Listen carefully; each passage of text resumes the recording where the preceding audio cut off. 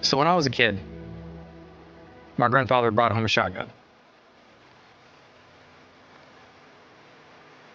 And I remember the first thought that went through my head was, damn, it would be so much easier in life if I were to just kill her and get this over with. But it was just a thought. It was just a thought.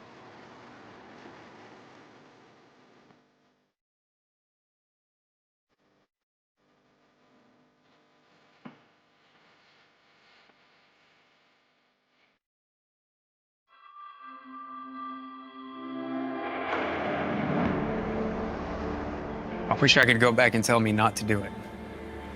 To literally do probably just about anything else but that. And I hate that it's ended up impacting so many people in so many negative ways, especially Ashley.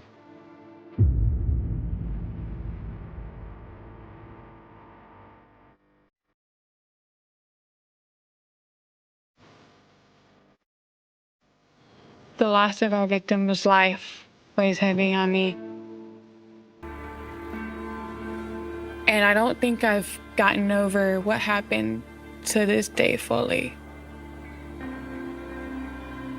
But I'm not really a murderer. And it's a title I have to carry for the rest of my life now.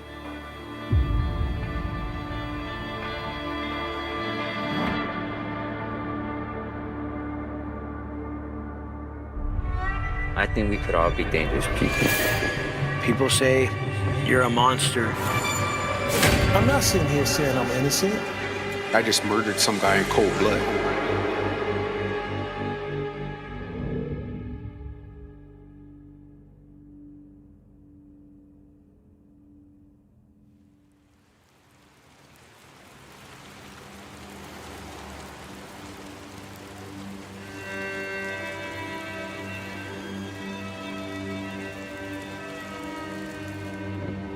When someone knocks on your door after midnight, something is not right. My wife was concerned, and thinking back on it, she was probably correct. When I opened the door, I had a young couple standing there. They were cold and they were wet. They told me that they'd had some car problems. So I told them I'd drive them a couple miles down the road to where they were going.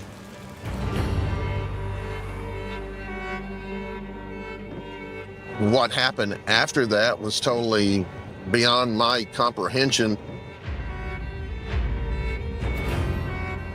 I couldn't have imagined that they were even capable of that.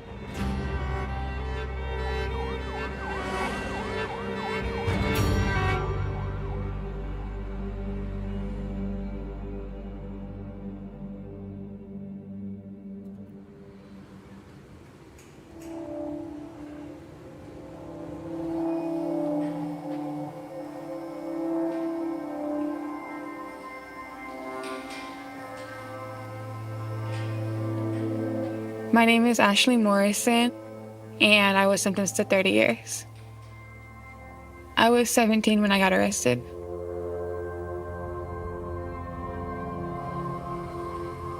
My name is Christian Sims. I have a 35-year sentence for first-degree murder. I was 16 when I was arrested.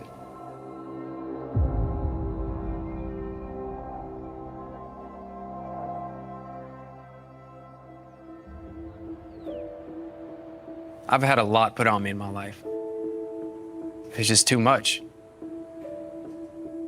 I just couldn't take it anymore. And everybody has their breaking point, and I think that was mine. When I look back, I feel like there's really big sense of loss. And always that question of just like, what if?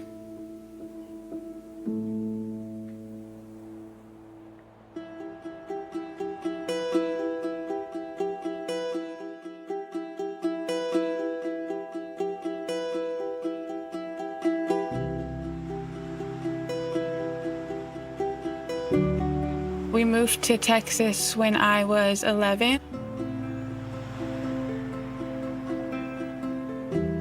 It was a small town. They have generations that have grown up there. At the school that we went to, I was always really quiet and shy. I was very insecure. So, yeah, I guess I was kind of a nerd. I definitely had bullies, but band gave my life a purpose. I was actually able to be a leader in my section. Almost all of my friends were in band, yeah.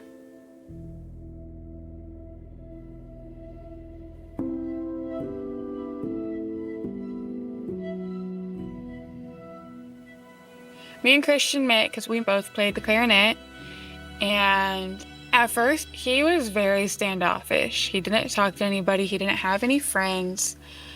And I remember liking the mystery of it, where he gave off this impression of being somebody that was not, like, almost untouchable because nobody really knew anything about him. It drew me more to him.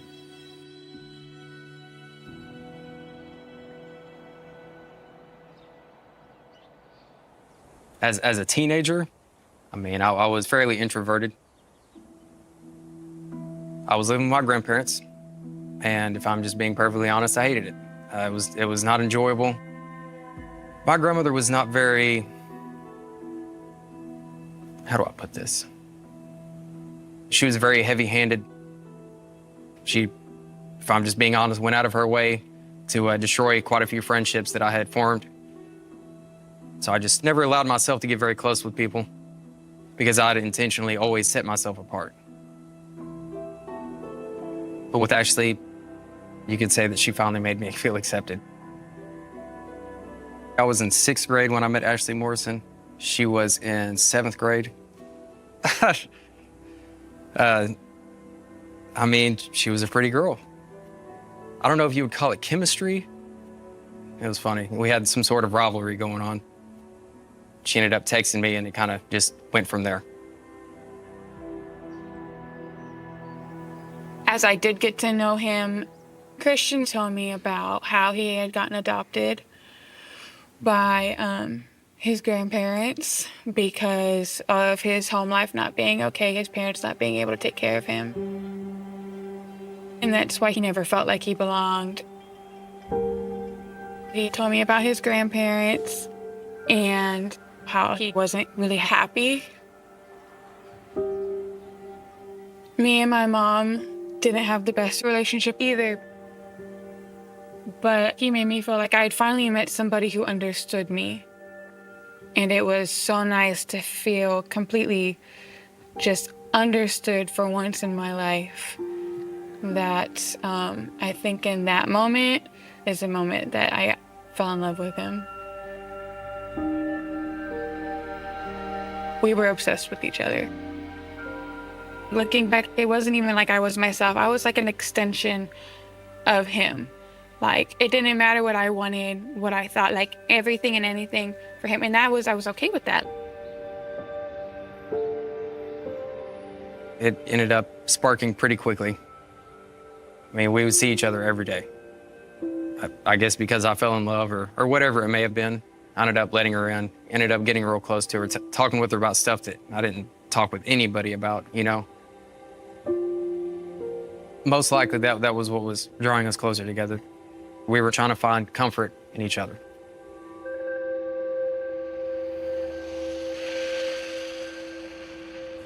So one night, me and my mom got into a really bad argument. And my very first instinct was to tell Christian because he would protect me, he'd be there for me. And he and I got together and we fabricated a story for him to be able to move in with me because I thought that he'd be able to protect me.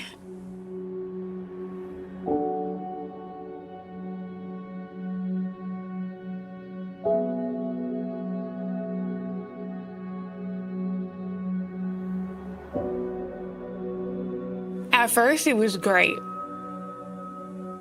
But I didn't know about his mental health until he moved in with me and my family. I don't really think I fully comprehended it. Little things would make him so angry.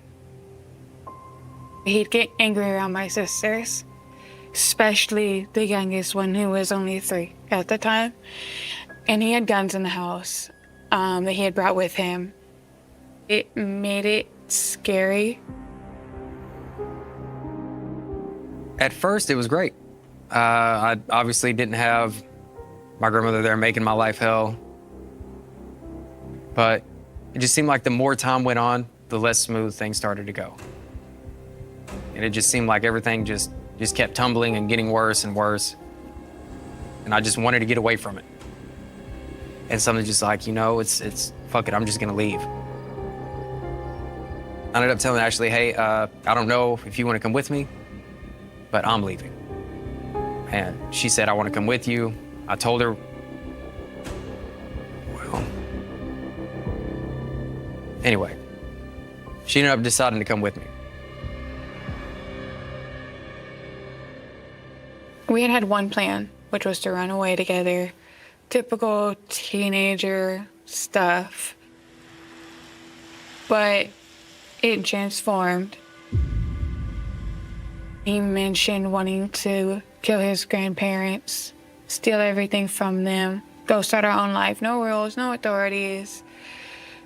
I wasn't okay with that. Did I believe him? Not really. But I just remember at that point, I wasn't really happy anymore being with him. But he brought my family into it and threatened them. When he said, well, if I just take away the reason that you would not go with me, then you're gonna go with me one way or the other, basically regardless. At that point, it didn't matter whether I believed it or not, because I wasn't gonna take the risk of not believing he was capable of something like that and being wrong.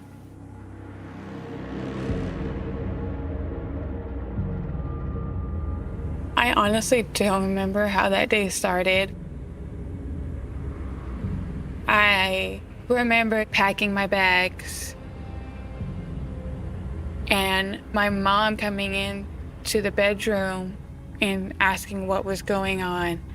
And I remember crying and telling her, I have to get out of the house. We're moving out, we're leaving. And as I went to go out the door, my mom shoved me out. She took my keys, she took my phone. I wasn't coming back. I was done in that family.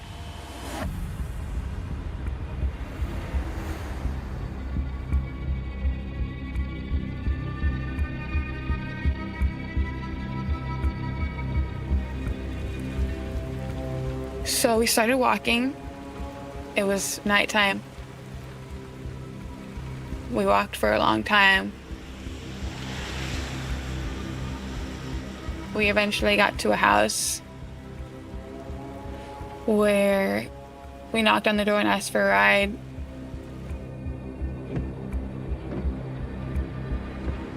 This man gave us a ride to somewhere in the vicinity of Christian's grandparents' house.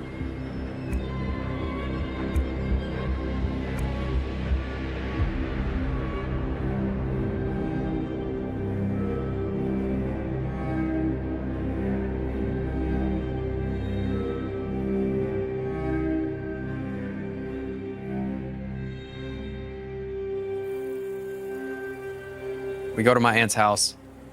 The door's locked. I end up popping the screen off, opening the window. We go inside. So I go looking through the house. I end up finding the gun. I check all the rounds, put it back up, tell Ashley, hey, I'm gonna be back in 15 minutes. Just wait here. And I leave.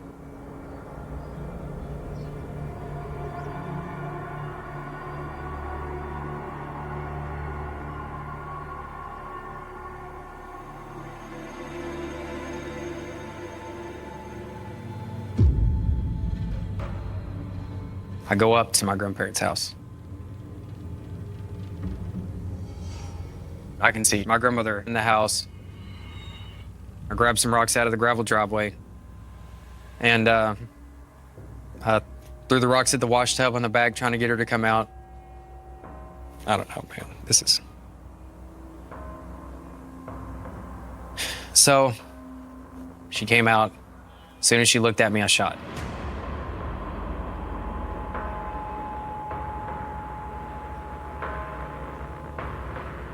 I ended up walking up to her.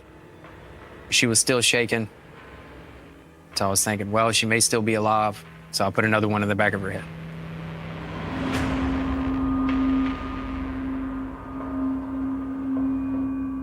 I fucked up. That was the first thing that went through my head. I fucked up. What have I done?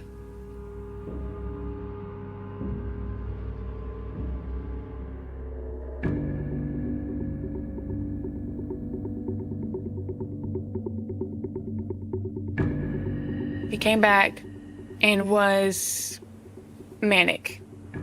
I mean, I knew something wasn't right, that something was wrong in that moment.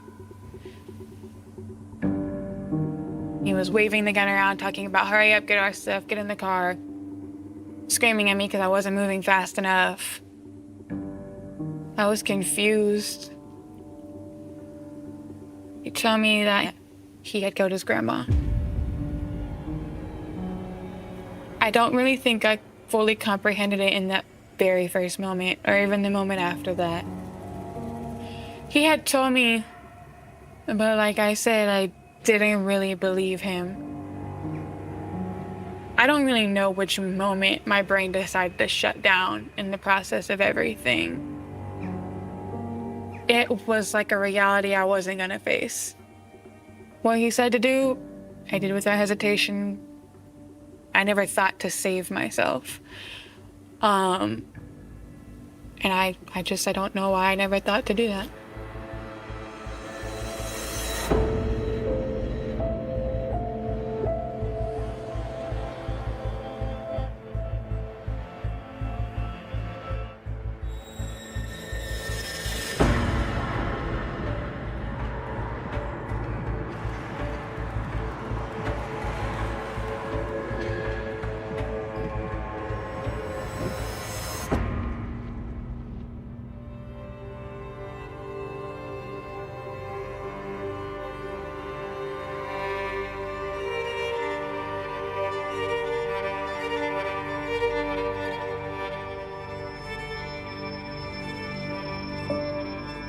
I told an officer immediately that it was all me. She had nothing to do with it. You know, if I'm just being honest, she's an innocent bystander in all this. Like, she definitely doesn't deserve to be locked up for my mistake, you know?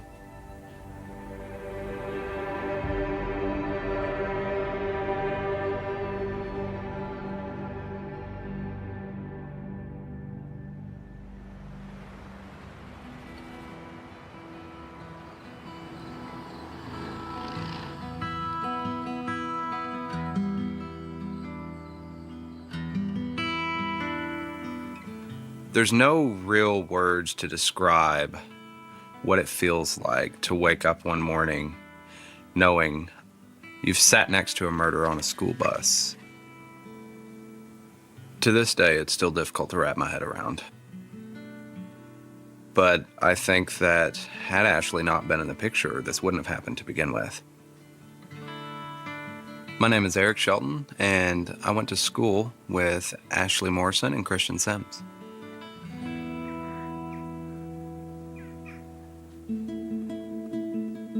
I've known Christian for probably 12, 13 years. I would describe Christian as a private person. You could tell that he was a very intelligent kid, smart, he was studious. He just wasn't the most outgoing. There is no question that Christian was dealing with some demons from his past. But he made good grades in school, and you could tell just by talking to him that he had a future, he had a plan, he was going somewhere. Ashley was a year older than Christian and I. And when you're in high school, a 1-year age difference is huge. The power dynamic between them was, if she walked, he kissed the ground she walked on. If Ashley asked Christian to jump off of a cliff, not only would he do it, but he would ask her what he should wear when he does it.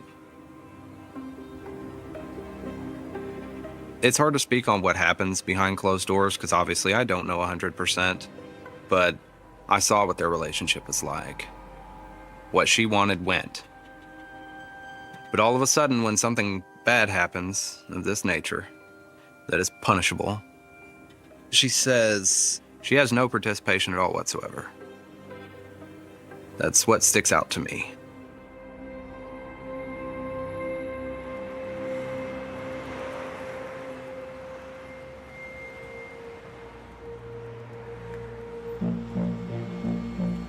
From the beginning, we looked at this as a case that there were two individuals involved. But one of the difficult things for me is, why did this happen? To me, there was no clear motive. My name is Jill Drake, and I was an assistant district attorney here in Lamar County, Texas, when this murder was committed. I was involved with the case from the beginning. When the call came in and we learned that it was the Sims family, we all said, oh my goodness, Christian Sims, he was a victim in a case previously, and kind of the memories started flooding back. Christian had been a victim of a child physical abuse case way back in '06. It was quite a horrific case. His mother's boyfriend had physically and potentially sexually abused Christian Sims when Christian was 8 years old.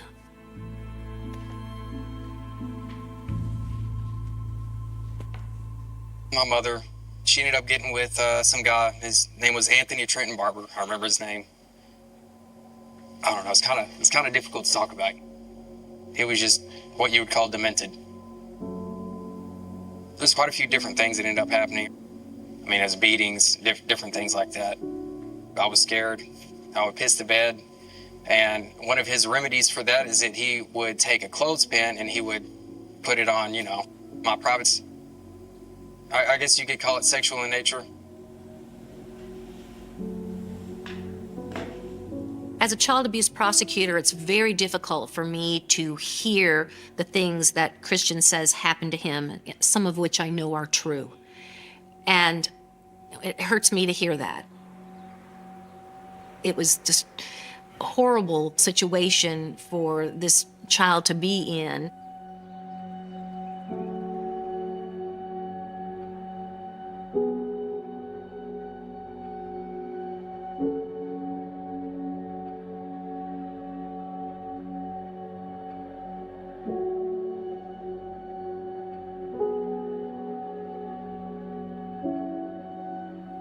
His grandparents, they were a very well-known and well-respected family. And, did the best they could and gave him a home. But this child was going to have PTSD. He was going to have to work through these issues throughout the rest of his adolescence. And we hoped that being in the loving home with the Sims, that he would get that help. So I moved in with my grandparents, and pardon my French, but fuck it, I might as well just go ahead and talk about it. Obviously, you're not supposed to speak ill of the dead, but my grandmother was definitely the worst, most poisonous person that I've ever met. My grandmother mentally, physically, and sexually abused me. She would come in late at night. She would do pretty much the same thing Trent would do, except instead of beating on me and stuff like that, she's trying to cause me pain in other ways. She would grab my privates and twist. I don't know, she was just real sadistic with the things that she would do. Far worse than Trent.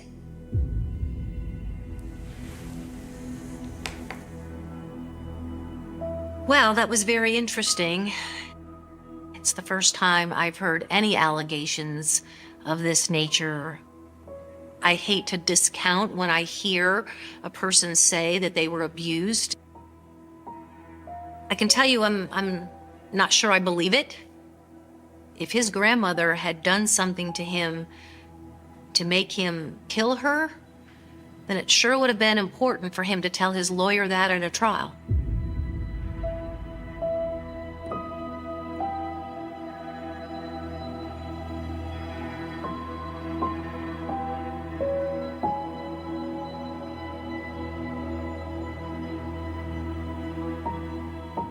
It's shocking to me to hear a Christian say that his grandmother abused him.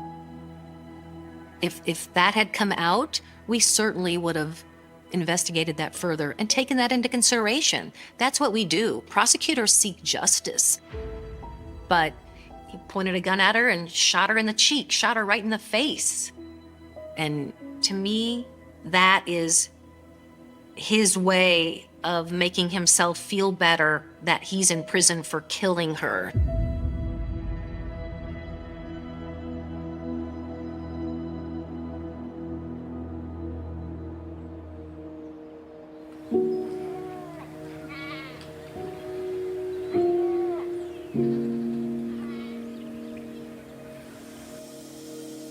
My mom was the best mom that you could ever have.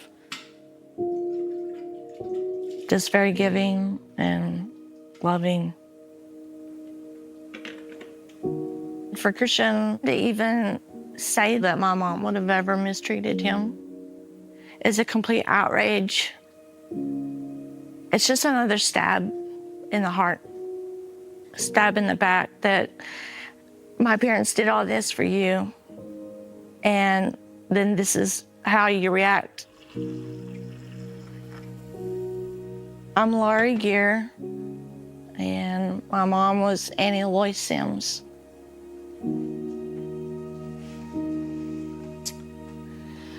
Here's a photo of my mom and dad, and this would have been probably right after church. There's my mom in the kitchen. You know, I wish I could call her today and ask her some cooking questions. When my parents first took Christian in, it was 100%, this is what we need to do. And there's no way in hell that my mom would have ever mistreated him. That's not who she was, and that's never anything she would have ever done. They raised him like they did my brother and I. But he had been through a horrific thing, and so they tried to get him the help that he needed and the counseling, and then provide a stable, loving home to help support from that side of things. So there was nothing that he would have needed that he didn't get.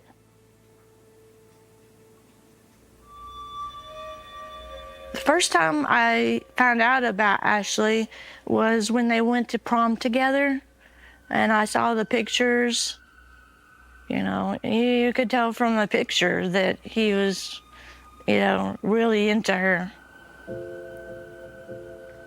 But once Ashley came along, Christian, totally changed.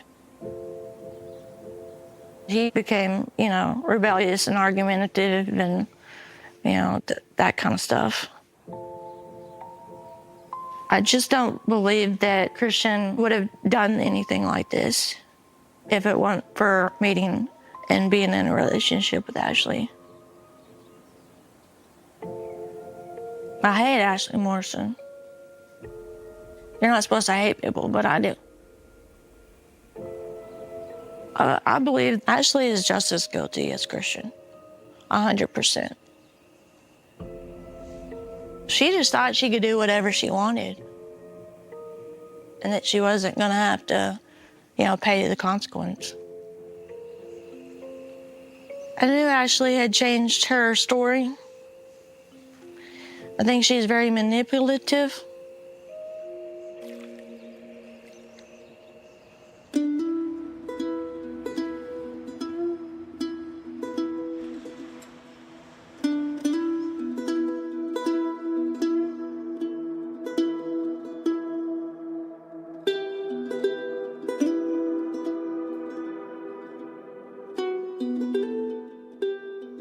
you always, when you go into an interview, you hope for the best outcome. And when I was going to interview Ashley, I was hoping that she would tell me 100% the truth about everything that happened and answer every possible question I had. But do I ever get what I want? No. My name is Stacy McNeil. I'm a Texas Ranger assigned to Paris, Texas. When I first met Ashley, my initial impression of her was she looked like a typical 17-year-old high school student, maybe a little bit on the immature side. She spoke very freely and openly, and she chose to go ahead and speak with me outside the presence of her attorney. She denied having any knowledge at that time of Christian's grandmother even being dead. And she made a statement that Christian did not have a rifle when he left the house. Ashley was saying, I'm just a poor, frightened girlfriend that was afraid that Christian was going to do something to my family if I didn't just go along with him.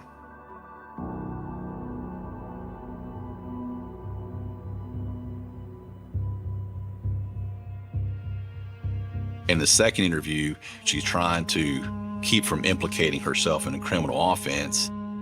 But what she actually ends up doing is implicating herself more thoroughly. In the second interview, she's changed a lot of vital information. She admitted to helping Christian load a rifle. This was the first time that she admitted that Christian had a weapon when he left. And then Ashley admitted that Christian had told her it was his intent to go out to the residence and kill both Mike and Annaloy Sims. She told no one, she took no action, she didn't do anything to try to prevent this. They were working together in concert to commit this offense. No doubt, you're a party to this, you're a defendant, you're a murderer.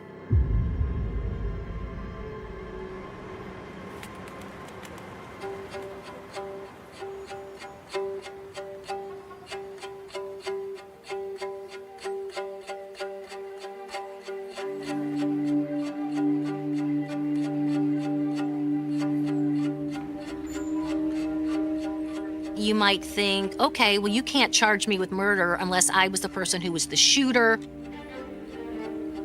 Well, in Texas, if you help in any manner in the commission of a crime, you are a principal. You are the one who did it, whether you pulled the trigger or not.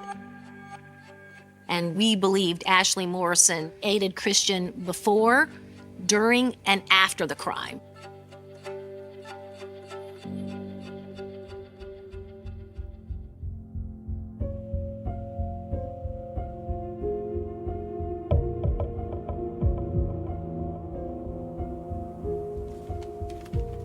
One of the key pieces of evidence at trial were the text messages between Ashley Morrison and Christian Sims.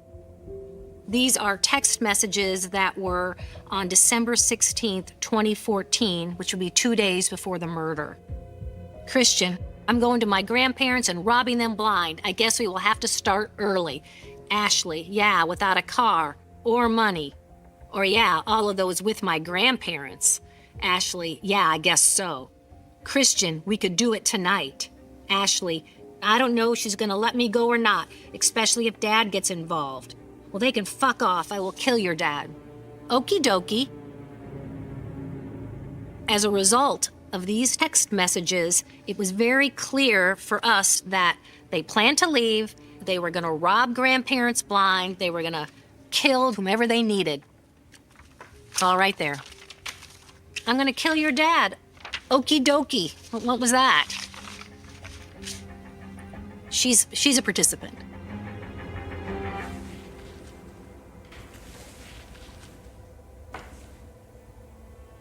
I pled not guilty because I didn't feel that I was. I thought that the truth was going to get put out there and they were going to see, like they were just going to see me. And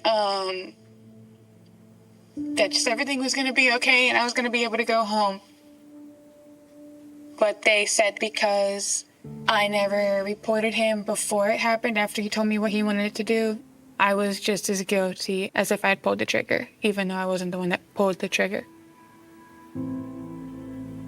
I didn't know that he was actually able to kill his grandmother.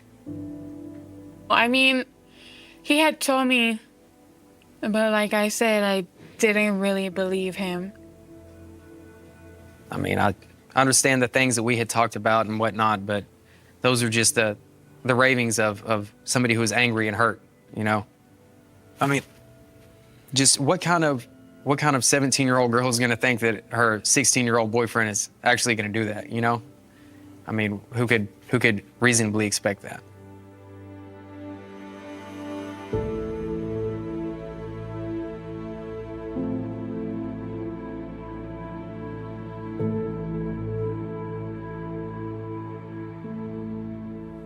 Honestly, I feel like it's a bit unjust. Because in my mind, when I look back, I don't think there was anything I could have done to have saved her. I hear Ashley saying that she feels like it's unjust.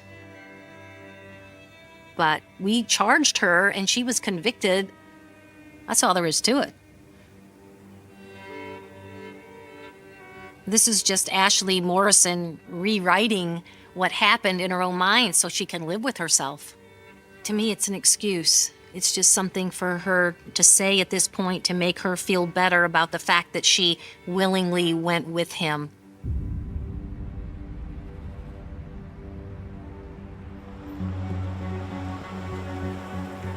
At the trial, the prosecutors said that Ashley Morrison was a party to the crime beyond a reasonable doubt. But the key piece of evidence that I'm concerned with is Christian Sims' statement. It was all me. She didn't have anything to do with it.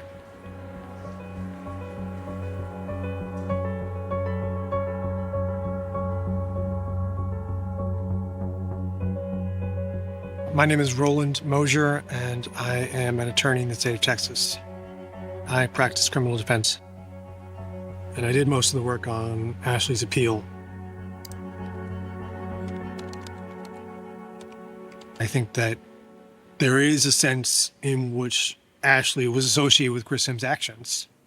She didn't call the police. She didn't refuse to get in the car with him. She went with him. But there's enough of a case to be made that Ashley was coerced. It's critical to the assumption of the law of parties that you be a willing participant. And if you're being coerced, you're not a willing participant. The state's case essentially is that Ashley, a 17-year-old girl, didn't go out of her way to disagree with or interfere with her demonstrably emotionally unstable and homicidal boyfriend. But if your crazy boyfriend comes to your front door and says, I'm going to leave and you're coming with me, and I'm going to murder people today, it's very reasonable to conclude that if you do something to offend him, or if your family does something to upset him, that they'll be next.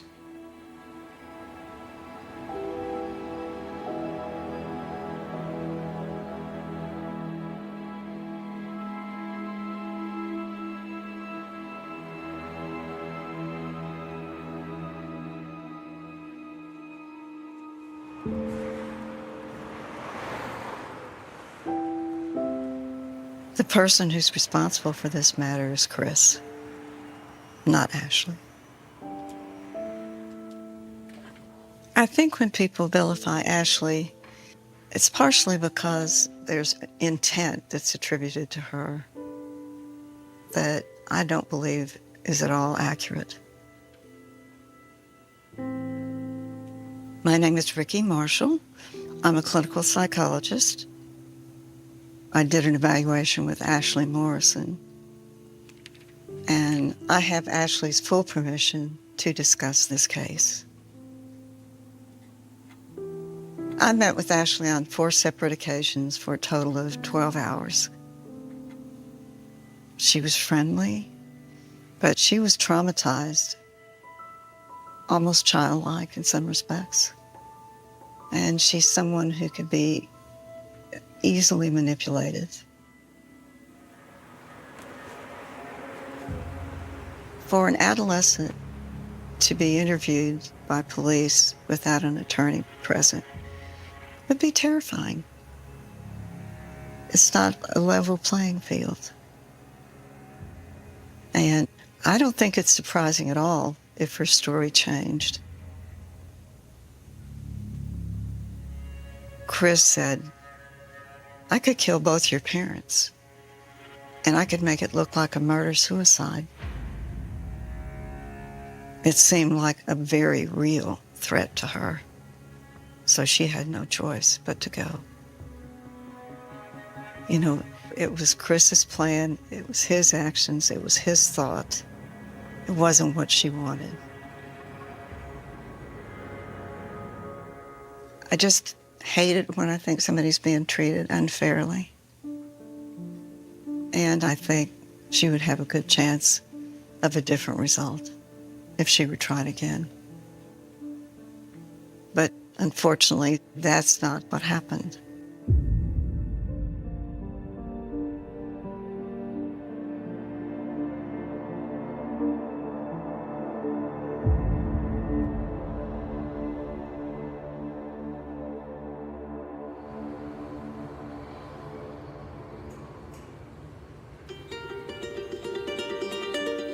So I changed my plea to guilty during my second trial because I was guilty, and I am guilty.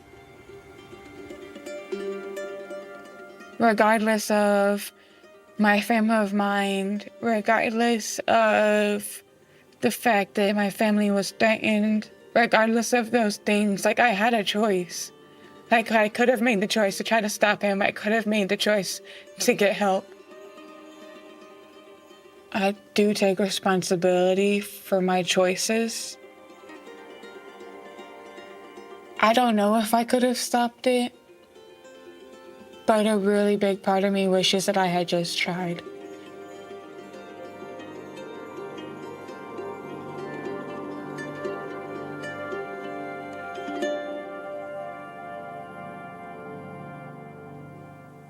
I was given 30 years.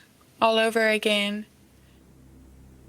Honestly, it feels unjust when I did not commit the murder. That's me speaking from my point of view. That's me speaking from watching my life slip through my fingers.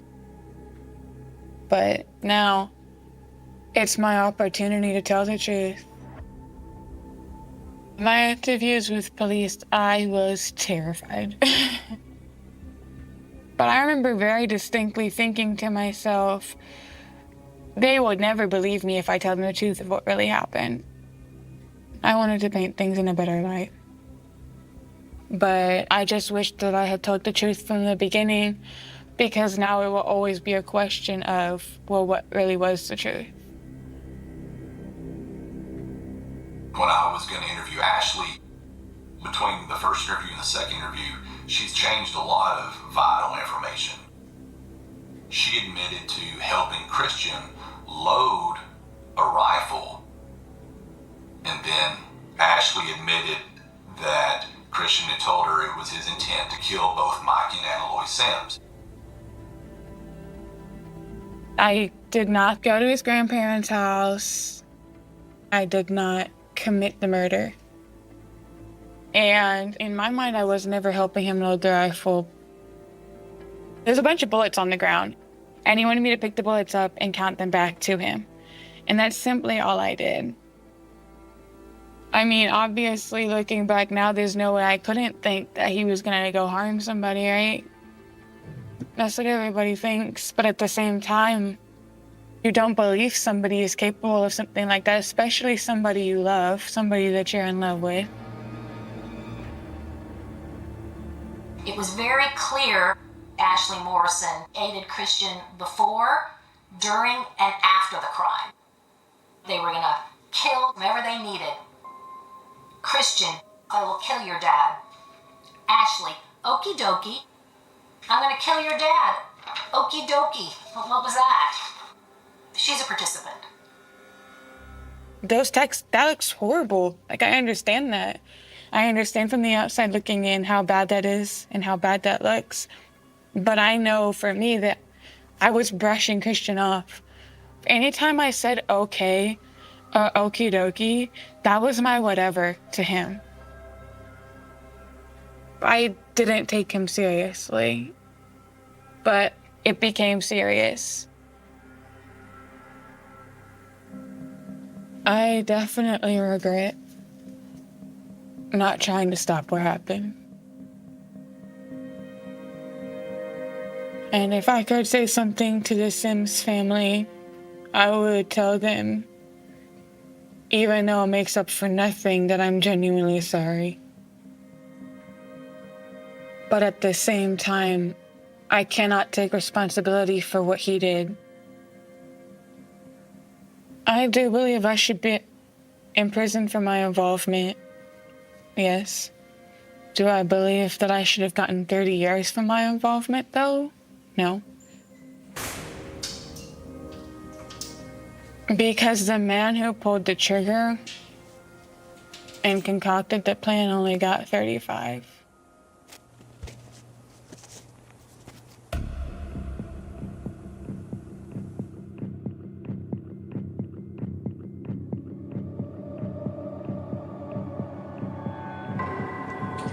I shot my grandmother because she had beaten and molested me as a child.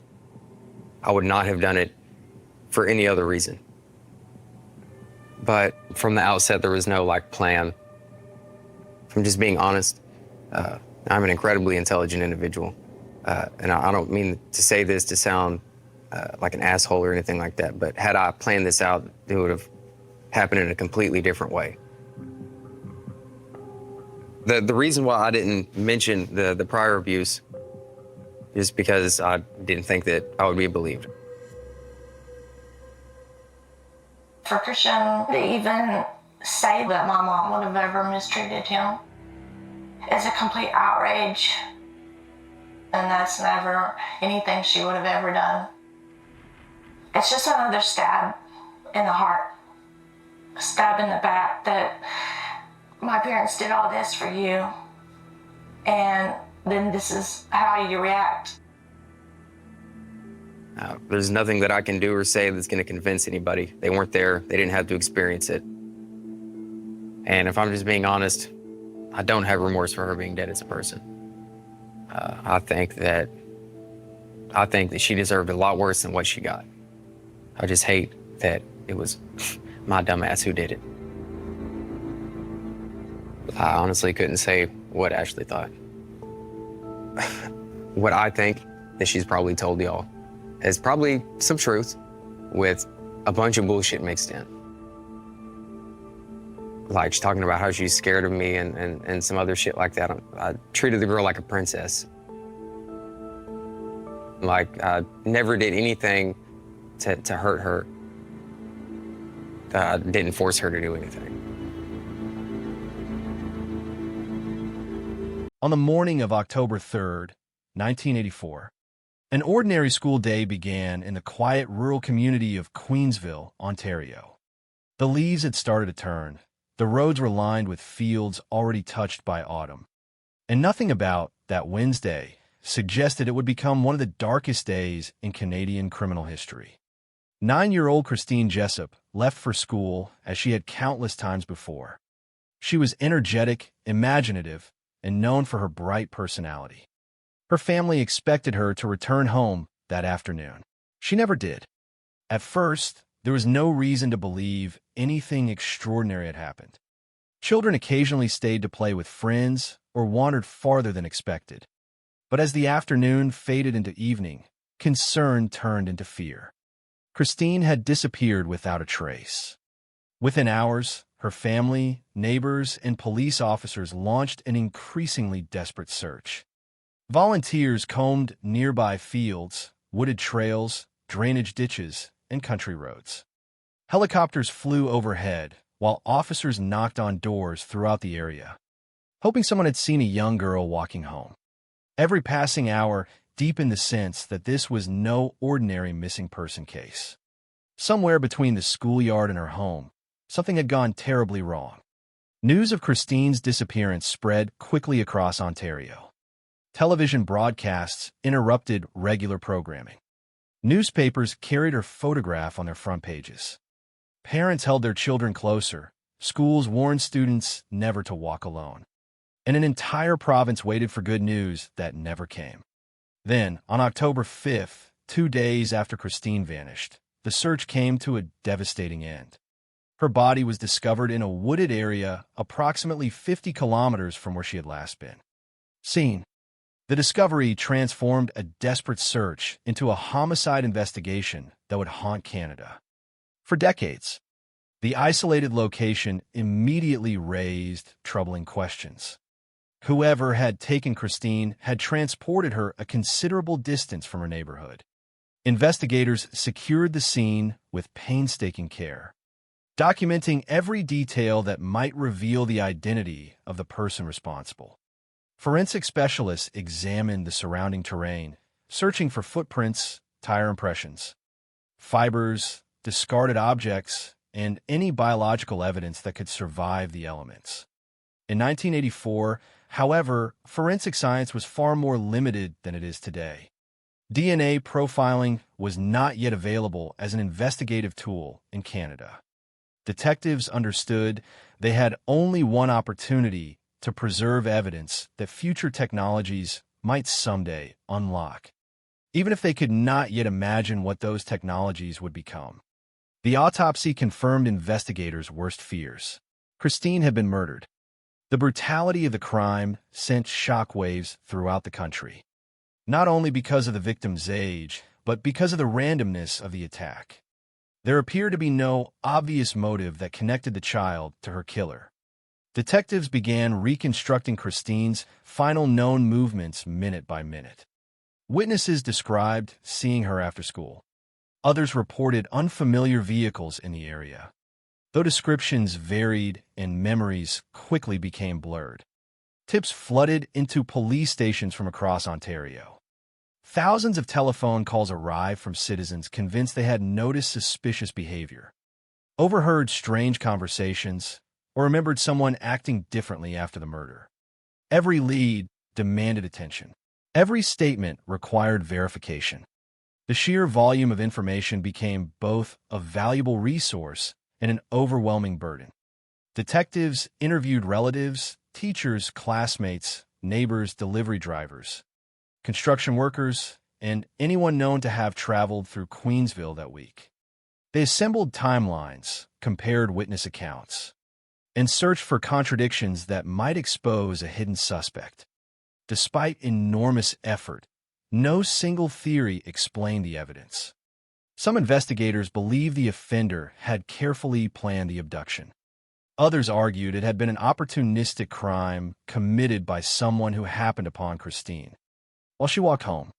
Without reliable forensic identification, the investigation depended heavily on human memory, intuition, and circumstantial evidence. As public pressure intensified, so did expectations placed upon investigators. Parents demanded answers. Politicians sought reassurance that the community remained safe. Reporters published daily updates, often relying on unnamed sources or incomplete information that fueled speculation rather than certainty. Rumors spread rapidly through neighborhoods already paralyzed by fear. Every unfamiliar face became a potential suspect. Innocent people found themselves questioned by suspicious neighbors simply because they lived nearby or behaved differently. The emotional strain reached every corner of the community. Detectives worked exhausting hours, aware that each day without an arrest increased the likelihood that crucial evidence would disappear forever. At the same time, they faced a challenge familiar to many major investigations: separating meaningful facts from emotionally driven assumptions. Every apparent coincidence had to be tested against physical evidence, and every promising lead eventually confronted the same frustrating question. Could it be proven? Investigators gradually focused on individuals who had access to the area and whose schedules placed them near Queensville around the time Christine disappeared. Among those examined were local residents and people connected in various ways to Christine's family. One name that would later dominate headlines was Guy Paul Morin, a neighbor who had occasionally interacted with Christine's family. At the time, however, detectives had not yet assembled a definitive case against anyone. Morin cooperated with investigators during early interviews. His life, however, would soon become inseparable from one of Canada's most controversial criminal investigations. As months passed, frustration mounted inside the investigative team. Physical evidence existed, but the available science could not conclusively identify its source. Witness recollections remained inconsistent. Potential suspects continued to emerge and then fade under scrutiny. The public increasingly questioned whether police had overlooked critical clues during the crucial first days. Every anniversary of Christine's disappearance reopened emotional wounds. Her family endured unimaginable grief while repeatedly answering questions from investigators and journalists. Their hope for justice never disappeared, but neither did the uncertainty surrounding the investigation. In many homicide cases, time erodes evidence and memories alike. Yet, paradoxically, time can also preserve unanswered questions that refuse to fade. Christine Jessup's murder became one of those cases. Police stored every piece of physical evidence with extraordinary care, believing advances in forensic science might someday reveal what investigators could not. That decision, routine at the time, would ultimately become one of the most significant aspects of the entire investigation. The evidence remained sealed, cataloged, and protected for years as forensic laboratories around the world entered a scientific revolution. What detectives could not accomplish in 1984 might someday become possible through technologies that had not yet reached the courtroom, but before science would eventually reshape the case. The investigation would travel down a far different path, one marked by controversy, courtroom battles, public division, and a conviction that would later become one of the most infamous miscarriages of justice in Canadian history. At that moment, however, none of those future developments were visible. Investigators stood at the beginning of an extraordinarily difficult journey, armed with determination, but limited by the forensic tools of their era.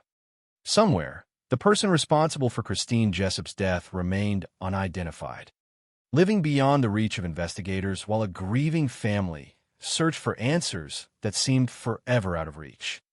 The silence surrounding that October afternoon had become louder than any witness statement, and the questions left behind would echo through Canada's justice system for decades before modern science finally revealed a truth that had remained hidden since the day a little girl failed to return home. The investigation accelerated under extraordinary public pressure. By the winter of 1984, the murder of Christine Jessup had become one of Canada's highest-profile criminal cases. Every new development attracted headlines. Every rumor generated fresh speculation. And every statement from investigators was scrutinized by a frightened public desperate for reassurance. Detectives understood that somewhere within thousands of witness interviews, forensic reports, and handwritten notes lay the key to identifying Christine's killer. Yet despite months of relentless work, that key remained frustratingly out of reach. The case had produced an enormous volume of information, but very little certainty. Officers reconstructed Christine's final afternoon repeatedly, comparing witness statements minute by minute. Some recalled seeing her walking alone after school. Others believed they had noticed unfamiliar vehicles traveling rural roads near Queensville. Several tips pointed investigators in entirely different directions, each appearing promising before ultimately collapsing under closer examination. Like many complex homicide investigations, the sheer number of leads became both an advantage and a burden. Every possibility required resources. Every interview demanded follow-up. Every contradiction raised new questions instead of delivering answers. Detectives gradually narrowed their focus toward individuals who had lived or worked near Christine's neighborhood or whose routines placed them within the surrounding area. The goal was not merely to identify suspicious behavior, but to establish opportunity, consistency, and corroborating evidence. Among those questioned was Guy Paul Morin, a local musician and aviation enthusiast who lived in the community and was acquainted with Christine's family. Morin did not have a criminal record. People who knew him described him in different ways. Some considered him socially awkward and reserved. Others simply viewed him as quiet and private. Investigators interviewed him as they did many others connected to the area. At first, he was only one name among many. Yet, as the months passed, attention increasingly shifted toward him. Several factors influenced that shift. Investigators believed aspects of Morin's movements required further clarification, and some witness recollections appeared, at least initially, to align with portions of the timeline they were constructing. It is important to understand the investigative environment of the mid-1980s. DNA profiling was not yet available to Canadian investigators, meaning detectives relied heavily on witness testimony, behavioral assessments, forensic comparisons available at the time, and circumstantial evidence. Many techniques then considered reliable would later prove far less dependable than originally believed. As pressure intensified, investigators searched relentlessly for a coherent narrative that explained every known fact. Public expectation also continued to grow.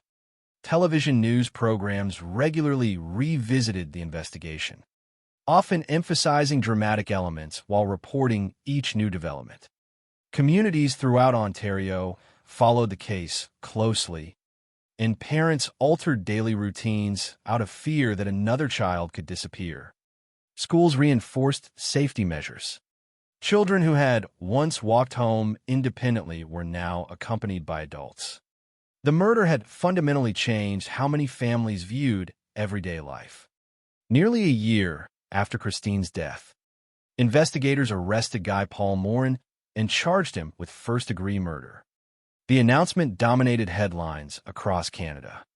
To many observers, the arrest appeared to signal the end of an agonizing investigation. Police expressed confidence that they had identified the individual responsible, while prosecutors prepared to present their case in court. Yet from the very beginning, Morin maintained his innocence. He consistently denied any involvement in Christine's abduction or murder. The legal proceedings that followed proved extraordinarily complex. During the first trial, jurors were presented with circumstantial evidence and expert testimony intended to support the prosecution's theory. The defense challenged both the reliability of witness accounts and the interpretation of forensic findings.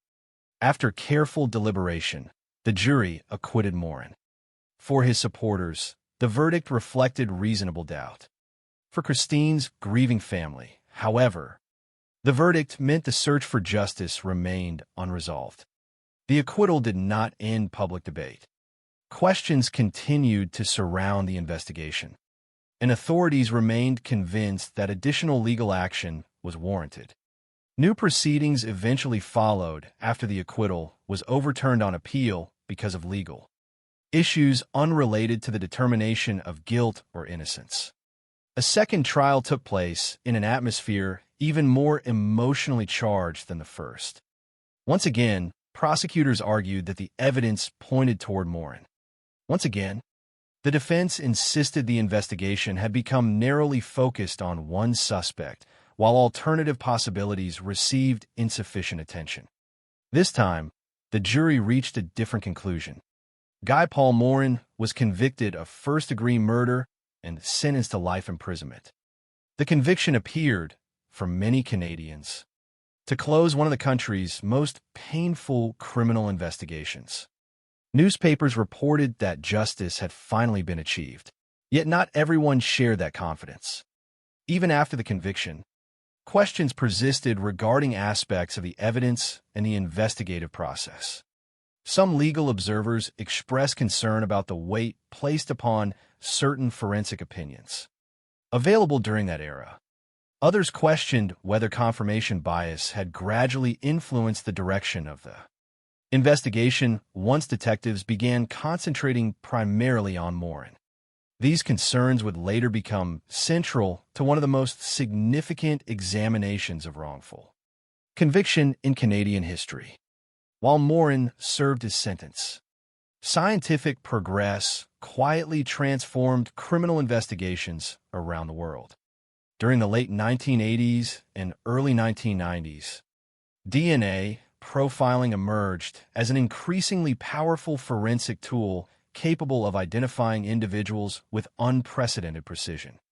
Evidence that had once offered only limited information could now reveal entirely new answers if biological material had been properly preserved. Fortunately, investigators examining Christine Jessup's murder had retained critical evidence collected from the original crime scene. What had once been impossible to analyze using available technology was now becoming scientifically accessible. Defense lawyers recognized the significance of these developments and sought DNA testing on biological evidence connected to the case. Unlike earlier forensic methods that often relied upon interpretation, modern DNA analysis could directly compare biological material from crime scene evidence with known individuals. The implications were profound. If the DNA matched Morin, the conviction would become significantly stronger. If it did not, the consequences would extend far beyond a single criminal case.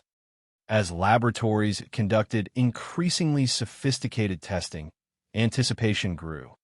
The results would eventually reshape not only Christine Jessup's investigation, but also Canada's understanding of forensic science, police procedure, expert testimony, and the enormous responsibility carried by every criminal investigation. When the DNA results became available, they fundamentally contradicted the prosecution's case. The biological evidence excluded Guy Paul Morin as the source. The findings demonstrated that he could not have contributed the DNA recovered during the investigation. The significance of that conclusion cannot be overstated. After years of legal proceedings, public scrutiny, and imprisonment, objective scientific evidence established that the man convicted of murdering Christine Jessup was not the person whose biological material had been recovered in connection with the crime. In 1995, Morin's conviction was overturned, and he was acquitted. His release marked one of the most consequential exonerations in Canadian legal history. Yet his freedom did not answer the question that had haunted investigators since October 1984. If Guy Paul Morin was innocent, then the person responsible for Christine Jessup's murder had never been brought to justice. Somewhere beyond the courtroom, the real killer remained unidentified. The revelation forced investigators, prosecutors, forensic experts, and the public to confront a deeply uncomfortable reality. A devastating crime had claimed the life of a 9-year-old child. An innocent man had lost years of his life through wrongful conviction. And despite decades of investigation, the individual responsible for Christine's death was still unknown. The case that many believed had ended was suddenly reopened in the most dramatic way imaginable. The search for justice began again, this time guided not by assumptions or incomplete forensic methods, but by a scientific revolution that promised to reveal truths hidden for generations. Yet even with DNA proving Morin's innocence, identifying the actual perpetrator would require patience measured not in months or years, but in decades. The evidence had spoken with remarkable clarity about who did not commit the crime. It remained silent about who had. That silence would endure for another quarter of a century before a new investigative technique, one that had not even existed when Christine disappeared, would finally illuminate the identity of the man investigators had been seeking since that quiet autumn afternoon in 1984. The exoneration of Guy Paul Morin did more than overturn a wrongful conviction. It fundamentally altered the direction of one of Canada's most scrutinized homicide investigations and forced law enforcement to confront difficult questions about investigative practices, forensic science, and the consequences of confirmation bias. For Christine Jessup's family, the DNA evidence brought mixed emotions. It established with scientific certainty that the man who had spent years in prison was not responsible for Christine's murder. But it also reopened the painful reality that the person who had taken her life had never been identified. After more than a decade, the investigation had effectively returned to where it had begun, with an unknown killer and a community still searching for answers. In the years that followed, the case became the subject of extensive review. A public inquiry examined the wrongful conviction of Guy Paul Morin, identifying serious failures that had contributed to the miscarriage of justice. The inquiry highlighted problems that extended beyond a single investigation, including shortcomings in evidence handling, forensic interpretation, disclosure practices, and investigative decision-making. Its findings led to significant recommendations aimed at strengthening Canada's criminal justice system and reducing the risk of future wrongful convictions. Although these reforms represented an important institutional response, they did not solve the central mystery. Christine's killer remained unidentified, and the homicide investigation continued. Rather than abandoning the case, investigators preserved every available piece of physical evidence. Biological samples collected in 1984 were carefully maintained under controlled conditions. Even as forensic technology continued to evolve, what had once been impossible gradually became achievable. DNA profiling itself became increasingly sophisticated, requiring ever smaller samples and producing more reliable results. Databases expanded, allowing investigators to compare crime scene DNA against convicted offenders and other legally collected profiles. Each advancement brought renewed hope that the Jessup case might eventually yield a match. Throughout the late 1990s and early 2000s, investigators periodically re-examined the evidence using improved laboratory techniques. Each review followed the same disciplined process. Existing biological material was reanalyzed. DNA profiles were updated as technology improved. New suspects, when identified, were compared against the available evidence. Yet despite repeated testing, no direct match emerged. The DNA profile recovered from evidence associated with the homicide belonged to someone who was not present in Canada's criminal DNA databases.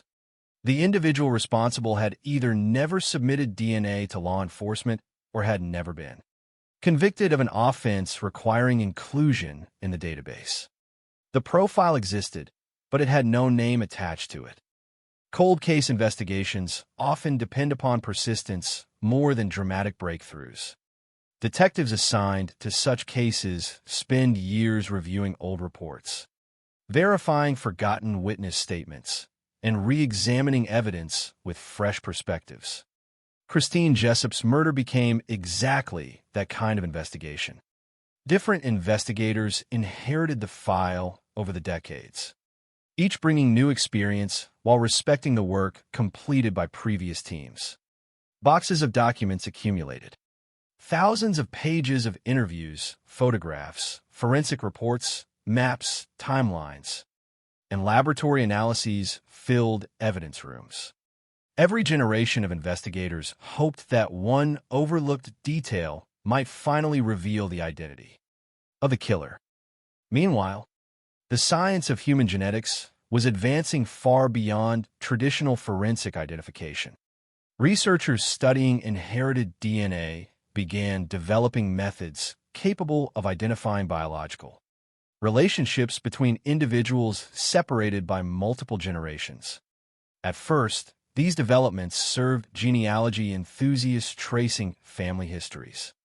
Millions of people voluntarily submitted DNA samples to commercial genealogy services, hoping to learn about their ancestry or locate distant relatives. These databases grew at an extraordinary pace. What had begun as a niche hobby evolved into an enormous collection of genetic information, representing families across continents. For law enforcement, the implications were not immediately obvious. Traditional forensic DNA analysis sought direct matches between crime scene evidence and known individuals. Genealogical DNA offered something different. Instead of identifying one person outright, it could reveal biological relatives, even distant cousins, whose family trees might eventually lead investigators toward an unknown suspect.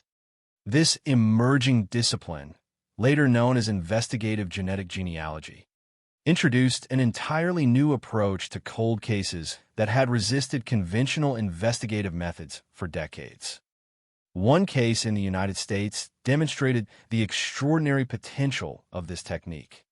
In 2018, investigators identified the individual responsible for a series of violent crimes known as the Golden State Killer by using genetic genealogy to trace biological relatives through publicly accessible genealogy databases.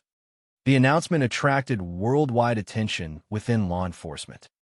Agencies responsible for long unsolved murders recognized that cases once considered impossible might now have a realistic path toward resolution. Canadian investigators followed these developments closely.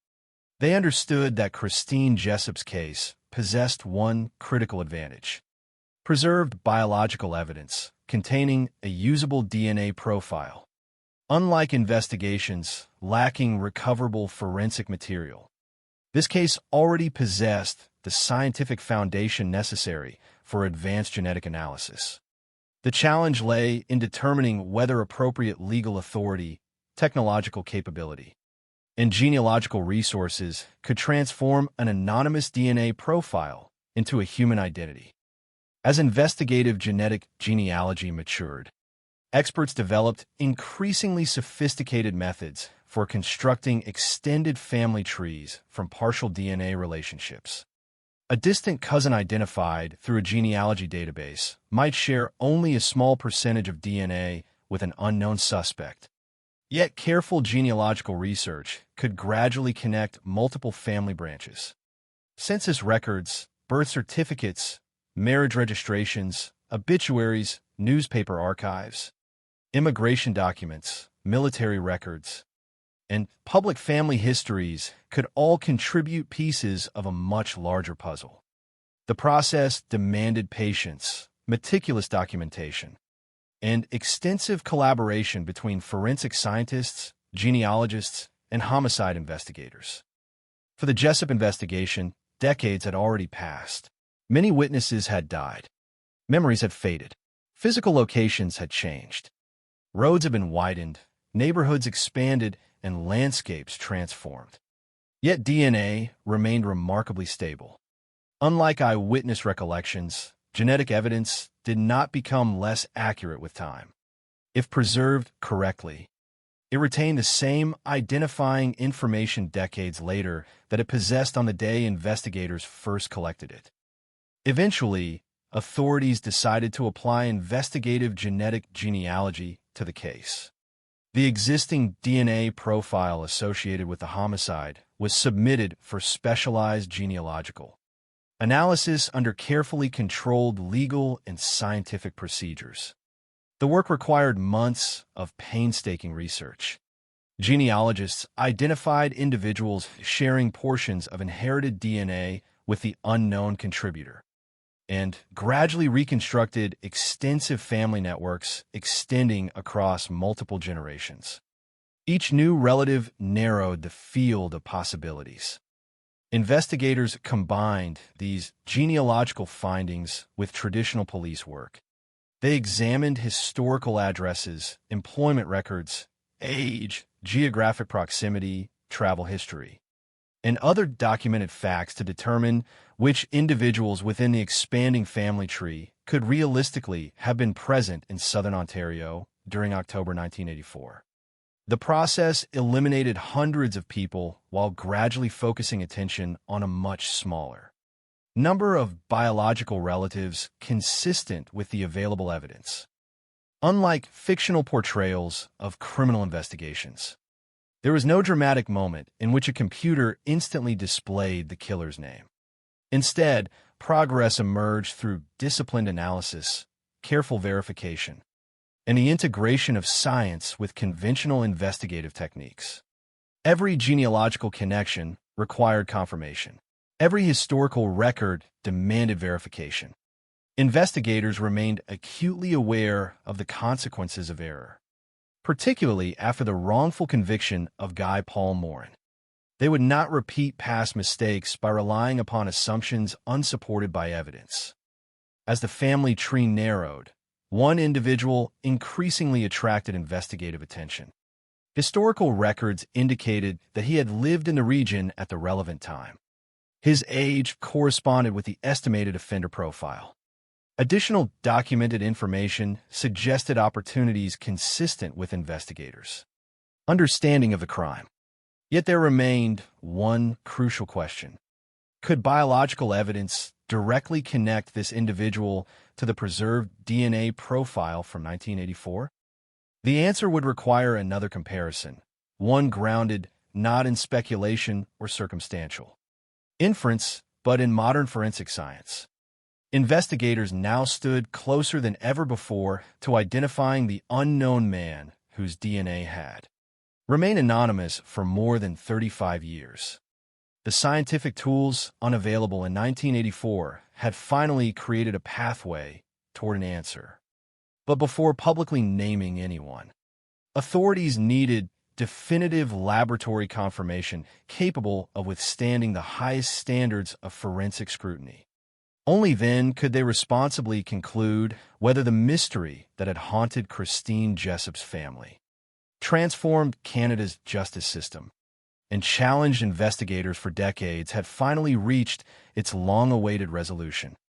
As investigators refined the family tree produced through investigative genetic genealogy, the circle of possible suspects became increasingly small. Every branch that failed to align with the known facts was carefully eliminated. Every surviving possibility underwent rigorous examination using historical records, employment information, residential histories, and documented movements from the mid-1980s. Detectives understood they were approaching a pivotal moment in one of Canada's longest-running homicide investigations. But experience had taught them the dangers of reaching conclusions too quickly. The wrongful conviction of Guy Paul Morin remained a constant reminder that confidence must never replace evidence. Every assumption had to be tested. Every conclusion had to withstand independent scientific verification. After decades of unanswered questions, investigators refused to allow optimism to compromise accuracy. The genealogical analysis repeatedly directed investigators toward one family line. Within that branch emerged a man named Calvin Hoover. Unlike Guy Paul Morin, Hoover had never become a public focus during the original investigation. His name had not dominated newspaper headlines in the 1980s, nor had he been widely discussed during the years of legal proceedings that followed Morin's conviction. To most Canadians, he was entirely unknown. Yet, as detectives examined historical records, they found that Hoover had lived in Ontario during the period when Christine Jessup was murdered. His age fit the developing offender profile, and his documented presence in the broader region made him someone investigators could not ignore. By the time the investigation reached Hoover, however, one crucial fact immediately complicated the case. Calvin Hoover had died in 2015, years before genetic genealogy identified him as a potential suspect. That meant investigators could no longer question him, execute search warrants at his residence, or observe his reactions under interrogation. If Hoover was responsible, there would never be a criminal trial, no courtroom testimony, and no opportunity for him to answer the allegations publicly. The only path forward lay in objective forensic evidence. Investigators sought biological material belonging to Hoover that had been preserved before his death. Such material can sometimes exist in medical records or other legally retained biological samples. After obtaining the necessary legal authorization, forensic scientists conducted a direct comparison between Hoover's DNA and the biological profile recovered from evidence associated with Christine Jessup's murder. Unlike the limited forensic techniques available in 1984, modern DNA analysis offered extraordinary statistical power. Rather than relying upon subjective interpretation, scientists compared specific genetic markers across the samples, measuring whether they originated from the same individual. The laboratory results were unequivocal. Hoover's DNA matched the biological profile recovered during the homicide investigation. According to investigators, the probability of the DNA belonging to someone other than Hoover was extraordinarily remote. Forensic science had finally accomplished what decades of interviews, surveillance, witness statements, and courtroom proceedings had been unable to achieve. The anonymous DNA profile preserved since 1984 now had a name. In October 2020, nearly 36 years after Christine Jessup disappeared while walking home from school, the York Regional Police publicly announced their findings. Investigators stated that Calvin Hoover had been identified through investigative genetic genealogy and subsequent confirmatory DNA testing as the individual responsible for Christine Jessup's murder. The announcement marked one of the most significant developments in Canadian cold case history. For Christine's family, the news carried emotions that were impossible to reduce to a single word. After decades of uncertainty, investigators finally presented a scientifically supported identification of the person responsible for Christine's death. Yet there was no arrest. There would be no prosecution. Hoover's death meant the criminal justice process could never proceed to trial. No jury would hear evidence. No verdict would be delivered in court. The case had reached a resolution through forensic investigation rather than judicial proceedings. At the same time, investigators emphasized another equally important conclusion. The DNA evidence that identified Hoover also reinforced what earlier testing had already established.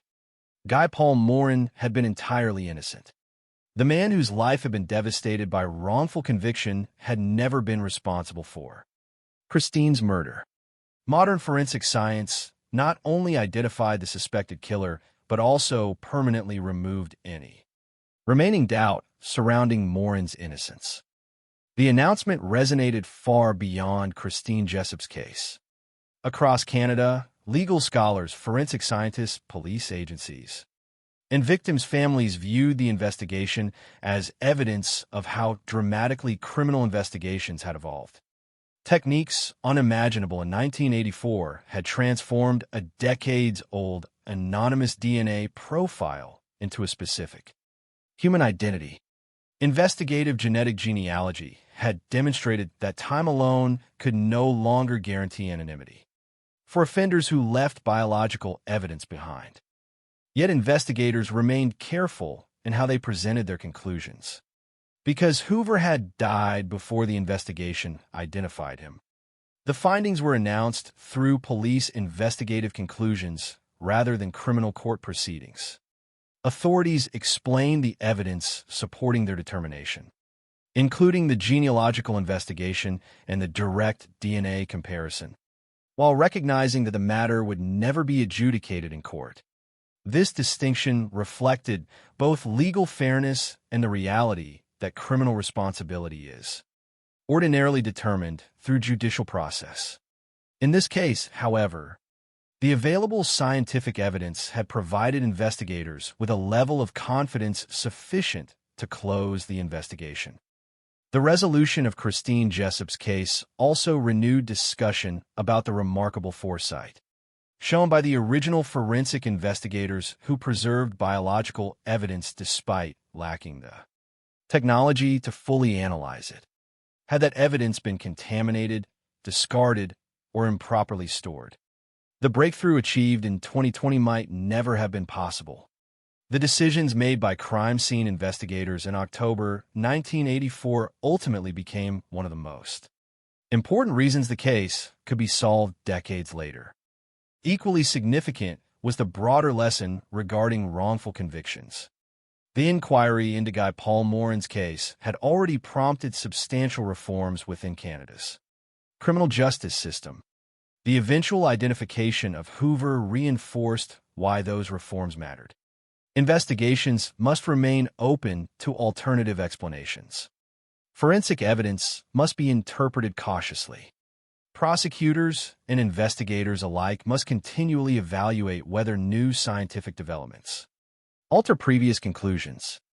Justice requires not only identifying the guilty, but protecting the innocent from wrongful conviction. For many Canadians who had followed the case across 4 decades, the final announcement produced a mixture of relief and sorrow.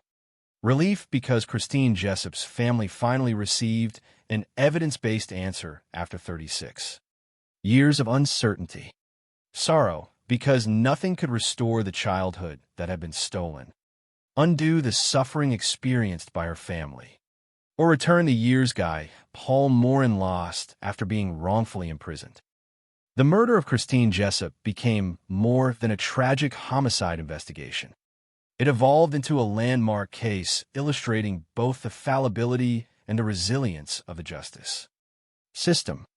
The original investigation revealed the dangers of relying too heavily on incomplete forensic methods and circumstantial evidence. The later DNA testing demonstrated the extraordinary power of scientific progress. Investigative genetic genealogy showed that even the oldest cold cases can yield answers when preserved evidence meets emerging technology. Together, those developments reshaped investigative practice not only in Canada, but also influenced conversations among law enforcement agencies around the world. Today, Christine Jessup's name continues to symbolize 2 enduring truths. The first is the profound human cost of violent crime, measured not only in lives lost, but also in decades of unanswered questions endured by families and communities. The second is the importance of pursuing justice with patience, humility, and unwavering commitment to evidence. In the end, it was not speculation, public pressure, or assumption that resolved the mystery. It was a tiny strand of biological evidence, carefully preserved across generations, waiting for science to catch up. 36 years after a little girl disappeared on her walk home from school, that evidence finally spoke with unmistakable clarity, revealing the identity of the man investigators had sought since the autumn of 1984 and bringing one of Canada's most haunting cold cases to its long-awaited investigative conclusion. For more than 3 decades, the most important witness in the murder of Christine Jessup never spoke a single word. It never appeared on television. It never sat inside an interrogation room. It never forgot a detail, changed its story, or disappeared with time. It existed silently inside a handful of microscopic biological cells collected from the crime scene. In October 1984, long before investigators understood what those cells would one day reveal, they recognized something equally important. They understood that evidence must be preserved, even when contemporary science lacked the ability to fully interpret it. That decision would ultimately become the defining factor in solving one of Canada's most significant cold cases. In 1984, forensic science stood at a very different point in history. Crime scene investigators documented physical evidence with extraordinary care, collecting hairs, fibers, fingerprints, clothing, biological stains, and trace materials that might connect a suspect to a victim. Yet biological evidence could only be examined using relatively limited techniques. Investigators relied primarily on blood typing, enzyme analysis, and microscopic comparison. These methods could sometimes exclude a suspect, but they rarely possessed the power to identify one individual with high certainty. Two unrelated people might share the same blood type. Hair comparisons could suggest similarities, but not establish identity. Investigators often found themselves surrounded by evidence that hinted at the truth without being capable of proving it. The biological evidence collected during the Christine Jessup investigation was handled according to the forensic standards of the day. Every item capable of containing human biological material was carefully documented, sealed, labeled, and transferred into secure evidence storage. Each movement of the evidence created a written chain of custody, ensuring investigators could later demonstrate exactly who handled each exhibit and when. Maintaining this chain was essential because evidence loses legal value if its integrity cannot be established. Long before DNA profiling entered Canadian courtrooms, experienced investigators understood that proper preservation might someday allow future scientists to answer questions that current technology could not. Preservation required more than simply locking evidence inside a room. Biological material is remarkably fragile. Heat accelerates degradation. Moisture encourages bacterial growth that destroys DNA. Sunlight and ultraviolet radiation damage genetic material. Repeated handling introduces contamination from investigators themselves. Every unnecessary exposure increases the risk that microscopic biological traces will disappear forever. For that reason, forensic laboratories adopted increasingly strict preservation procedures. Clothing was dried before storage to prevent mold. Biological samples were sealed inside appropriate packaging rather than airtight plastic when moisture remained present. Evidence rooms maintained controlled environmental conditions designed to minimize deterioration over decades rather than months. At the time Christine Jessup was murdered, virtually no one involved in the investigation could have predicted how valuable those preservation procedures would become. Within only a few years, molecular biology experienced a revolution. Scientists developed increasingly sophisticated methods capable of examining DNA itself, the unique genetic blueprint carried inside nearly every cell of the human body. Unlike fingerprints, which require suitable surfaces to leave visible impressions, DNA could be recovered from blood, saliva, semen, skin cells, hair roots, and other biological material. More importantly, except for identical twins, every individual's DNA profile is unique. Unlike witness testimony, DNA possesses no memory to fade with time. Unlike suspects, it cannot deliberately deceive investigators. Unlike public opinion, it remains completely indifferent to pressure or speculation. It simply preserves biological fact. That objectivity transformed criminal investigation around the world. Early DNA profiling required relatively large biological samples. But forensic technology improved at an extraordinary pace throughout the 1990s and early 2000s. Scientists became capable of generating reliable genetic profiles from increasingly smaller amounts of biological material. Samples once considered too limited for analysis suddenly became useful. Laboratories introduced highly sensitive amplification techniques capable of copying tiny quantities of DNA into amounts sufficient for examination. Cold cases previously considered unsolvable gradually returned to active investigation because preserved evidence now contained information that earlier generations of forensic scientists could never have accessed. Each technological advance prompted investigators to revisit older evidence. Biological samples collected decades earlier were submitted for reanalysis using methods unimaginable when the crimes originally occurred. The Christine Jessup investigation followed precisely this pattern. The preserved biological evidence remained scientifically valuable because investigators in 1984 had resisted the temptation to discard materials that appeared exhausted by the standards of their time. Instead, they preserved everything with the expectation that science would continue advancing. When DNA analysis eventually excluded Guy Paul Morin, it demonstrated one of forensic science's greatest strengths. DNA does not merely identify the guilty. It also protects the innocent. Scientific evidence corrected an error that years of conventional investigation, courtroom testimony, and legal proceedings had failed to recognize. That lesson permanently reshaped forensic practice throughout Canada. Yet identifying an unknown offender still presented a formidable challenge.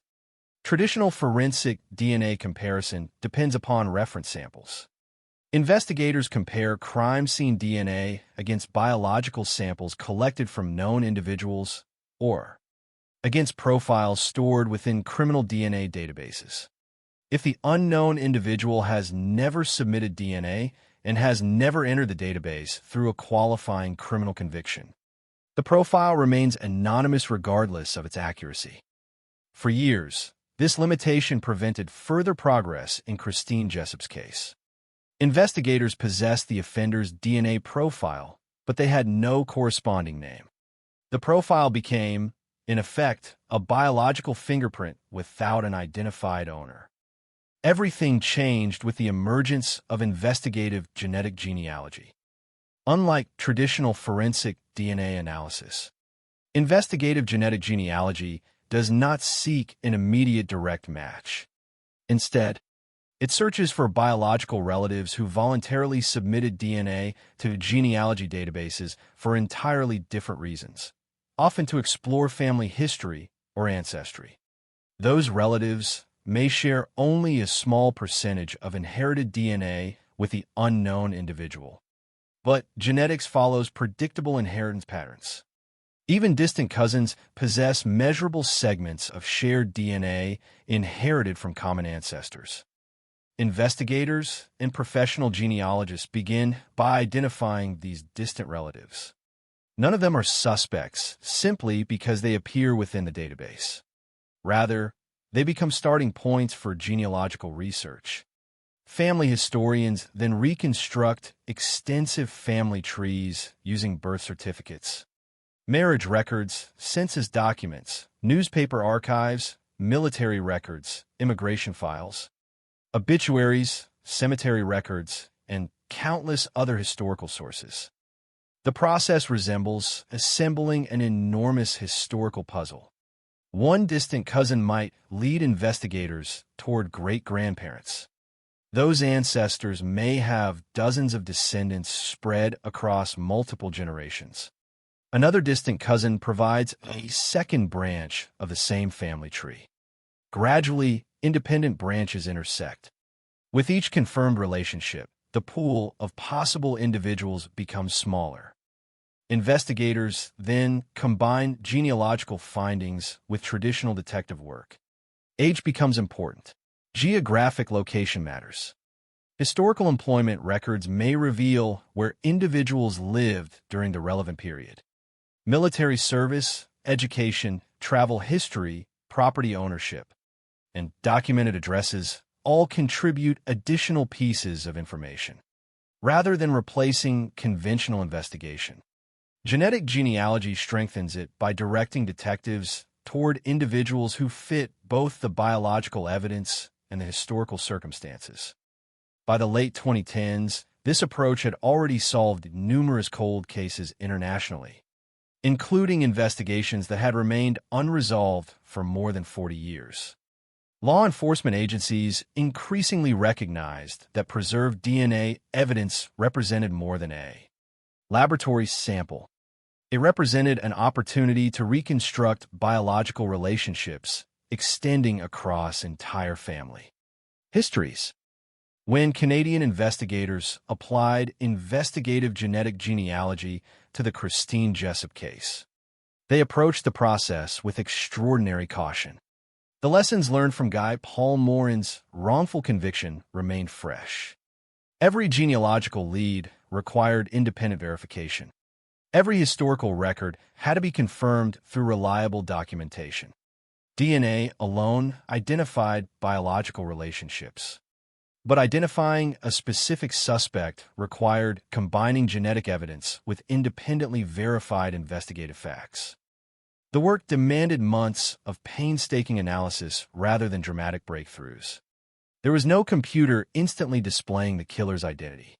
Instead, scientists and genealogists patiently followed generations of family connections, eliminating branch after branch until only one individual remained consistent with both the genetic evidence and the known historical timeline. Ultimately, that scientific process identified Calvin Hoover as the source of the DNA associated with the homicide investigation. A direct comparison between Hoover's preserved biological sample and the crime scene evidence confirmed the genealogical findings. Decades after Christine Jessup disappeared, the same microscopic biological evidence collected in 1984 finally revealed the identity investigators had sought for 36 years. The scientific achievement extended far beyond a single homicide investigation. It demonstrated that properly preserved forensic evidence can retain extraordinary value across generations. It validated decades of advances in molecular biology, forensic laboratory procedures, and genealogical research. It also underscored an equally important principle. Justice often depends not only upon discovering new technology, but upon preserving old evidence carefully enough that future technology can use it. In many ways, the resolution of the Christine Jessup investigation represents a remarkable partnership across time. Crime scene investigators in 1984 could not foresee investigative genetic genealogy. Molecular biologists developing DNA profiling techniques could not predict every future criminal investigation that would depend upon their discoveries.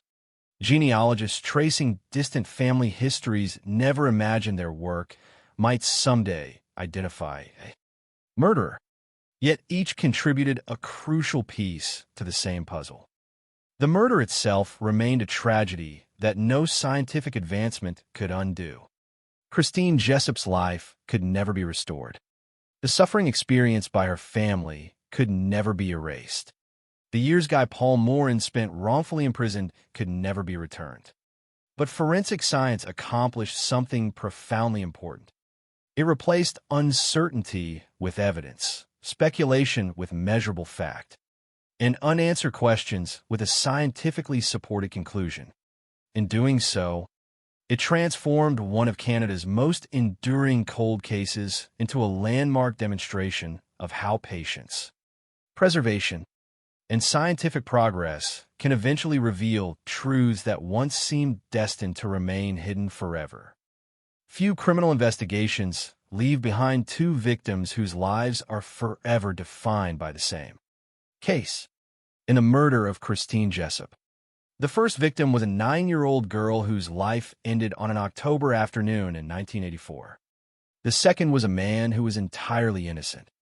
The tragedy of Guy Paul Morin did not diminish the horror of Christine's murder. Nor did Christine's murder justify the mistakes that led to Morin's conviction.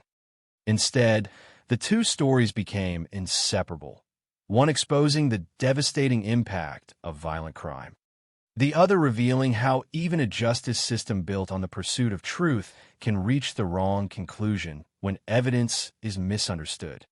Investigative assumptions harden into certainty, and scientific limitations are mistaken for scientific proof. When investigators began focusing on Guy Paul Morin, they were operating under extraordinary pressure. Christine's murder had shaken communities across Ontario. Public fear was intense. Newspapers demanded progress almost daily. parents wanted reassurance that a child killer had been identified. Every passing month without an arrest increased scrutiny of the investigation. Morin was not an obvious suspect because of any criminal history. He had none. Instead, investigators became increasingly interested in him because he lived near Christine's neighborhood and had some familiarity with the Jessup family. As detectives continued reconstructing the victim's final movements, they gradually interpreted more pieces of information through the lens of Morin's possible involvement. Modern criminal investigators recognize a psychological phenomenon known as confirmation bias. Once investigators begin believing one individual may be responsible, there is a natural tendency, often completely unconscious, to interpret new information as supporting that belief while assigning less significance to evidence pointing elsewhere. Confirmation bias does not require dishonesty or malicious intent. It can affect experienced investigators working in good faith, particularly in emotionally charged cases where public expectations are overwhelming. The later public inquiry into the Morin case concluded that aspects of the investigation reflected exactly this danger. Witness statements illustrate how fragile human memory can become. Memories are not permanent recordings. They change over time, especially after repeated questioning, media coverage, and discussions with others. Details become blurred. Confidence can increase even when accuracy decreases. During the original investigation, some witness accounts evolved as interviews continued. Investigators attempted to reconcile inconsistencies, but the inquiry later found that certain evidence may have been interpreted in ways that unintentionally reinforced the developing theory against Morin. The forensic science available during the mid-1980s also played a significant role. At the time, forensic disciplines such as microscopic hair comparison and other biological examinations were considered powerful investigative tools. Experts testified about similarities between evidence collected during the investigation and known samples. Years later, advances in molecular biology demonstrated that some forensic methods previously viewed as persuasive possessed important limitations. Hair comparison, for example, can indicate that two hairs share similar microscopic characteristics, but it cannot uniquely identify a person in the way DNA profiling can. The distinction proved crucial. As prosecutors prepared their case, they assembled numerous pieces of circumstantial evidence. Individually, each element appeared capable of supporting suspicion. Collectively, prosecutors argued they demonstrated guilt beyond a reasonable doubt. The defense, however, consistently challenged those conclusions, arguing that the evidence failed to establish that Morin had murdered Christine Jessup. The first trial ended in acquittal.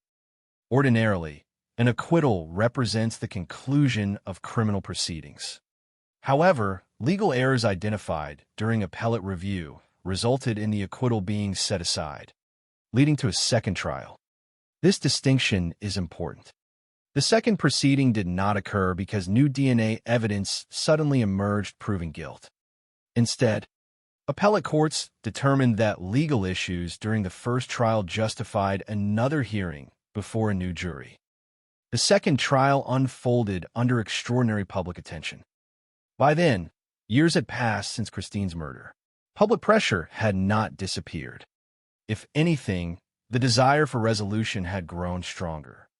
Prosecutors again presented their theory that Morin had abducted and murdered Christine. The defense challenged the reliability of the evidence, emphasizing weaknesses in witness testimony and forensic interpretation. This time, the jury convicted Guy Paul Morin of first-degree murder. The sentence was severe, life imprisonment. For many observers, the conviction appeared to close one of Canada's most disturbing criminal investigations. Headlines suggested justice had finally been achieved. The public, exhausted by years of uncertainty, largely accepted that the correct individual had been convicted. Morin never admitted guilt. Throughout the investigation, both trials and his imprisonment. He consistently maintained that he had not murdered Christine Jessup. Such claims are common among convicted offenders, making them difficult to evaluate on their own. What distinguished Morin's case was that scientific progress would eventually provide an objective answer independent of every witness, every lawyer, every investigator, and every judge. As DNA technology advanced during the early 1990s, defense lawyers sought testing of preserved biological evidence collected during the original homicide investigation. The implications were enormous. If the DNA matched Morin, the conviction would become substantially stronger. If it excluded him, the foundation of the prosecution's case would collapse. Laboratories conducted the testing using methods unavailable when Christine was murdered.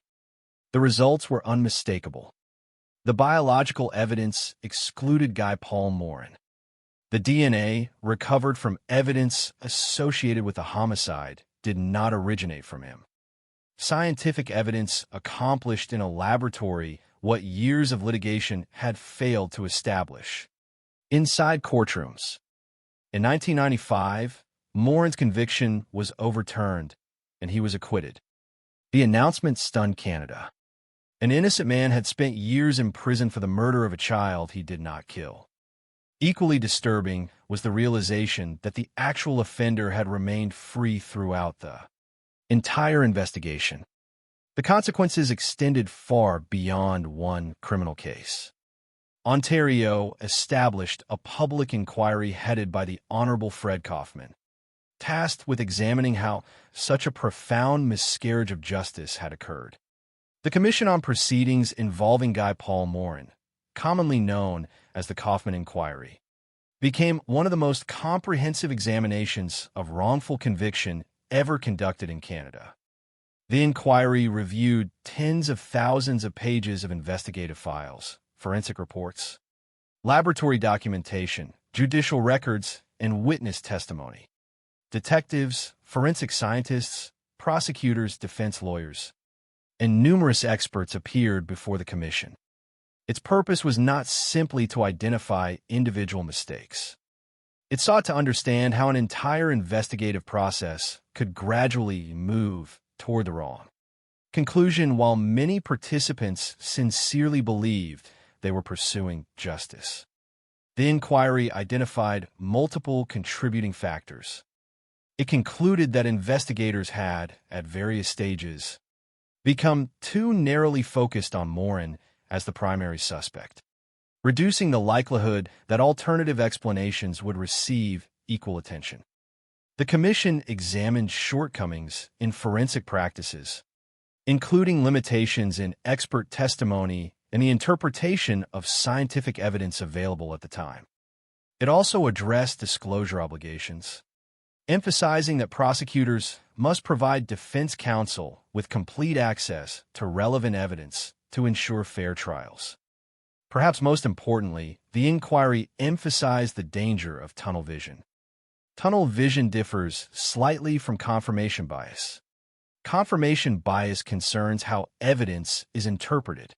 Tunnel vision describes a broader investigative process in which one theory becomes so dominant that competing possibilities gradually receive less attention.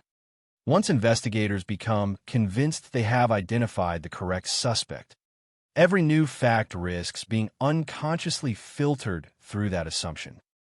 The Kaufman Inquiry produced more than 100 recommendations affecting policing, forensic science, prosecutorial conduct, evidence disclosure, expert witnesses, and judicial procedures.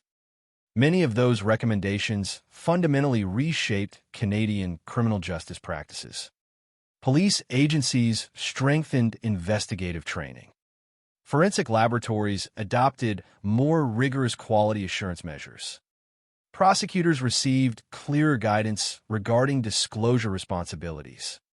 Investigators became increasingly aware of cognitive bias and the importance of continually reassessing assumptions as new evidence emerged. The inquiry transformed Guy Paul Morin's case from an individual tragedy into an institutional Lesson. Yet despite these reforms, one painful reality remained unchanged. Christine Jessup's killer had still not been identified. The DNA that proved Morin innocent simultaneously proved that someone else had committed the murder.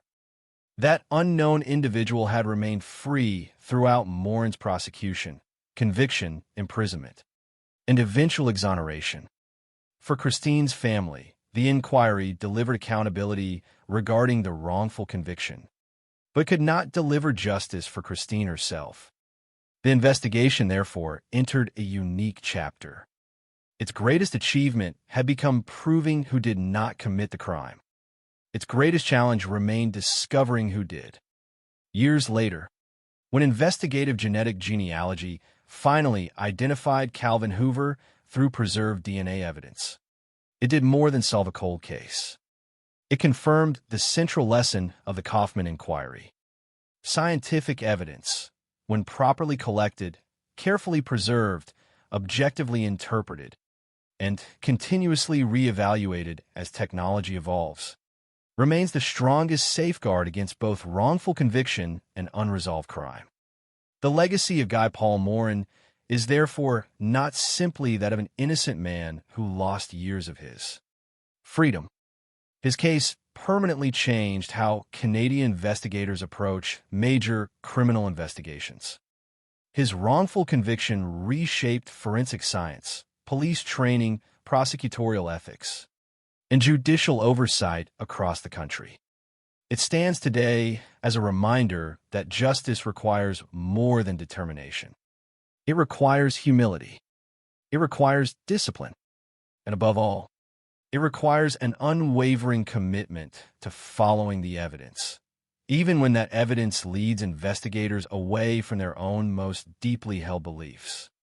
The most extraordinary witness in the Christine Jessup investigation never testified in court, never appeared before television cameras, and never answered a single question from detectives. It remained silent inside an evidence vault, sealed away from public view for more than 3 decades. While investigators retired, prosecutors changed, forensic technology evolved, and entire generations of detectives inherited the case. The evidence itself simply waited. It did not become more persuasive because of media attention. It did not weaken because years passed. Its value depended entirely on one principle that lies at the heart of every homicide investigation. Preserve everything, because no one can predict what tomorrow's science will reveal. When crime scene investigators arrived in October 1984, they understood they were entering an environment where every object could matter. Every footprint risked being destroyed by weather.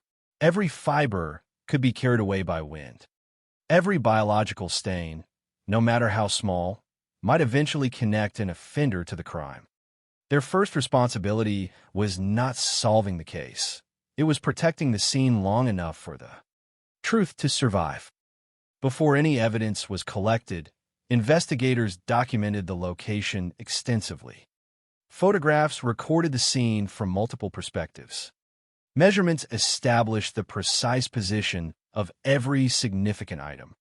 Sketches complemented photographs by recording distances, terrain features, vegetation, and other details that might later assist reconstruction. These records ensured that years later investigators could understand not merely what evidence existed, but exactly where it had been found. Only after documentation began did forensic specialists collect physical exhibits.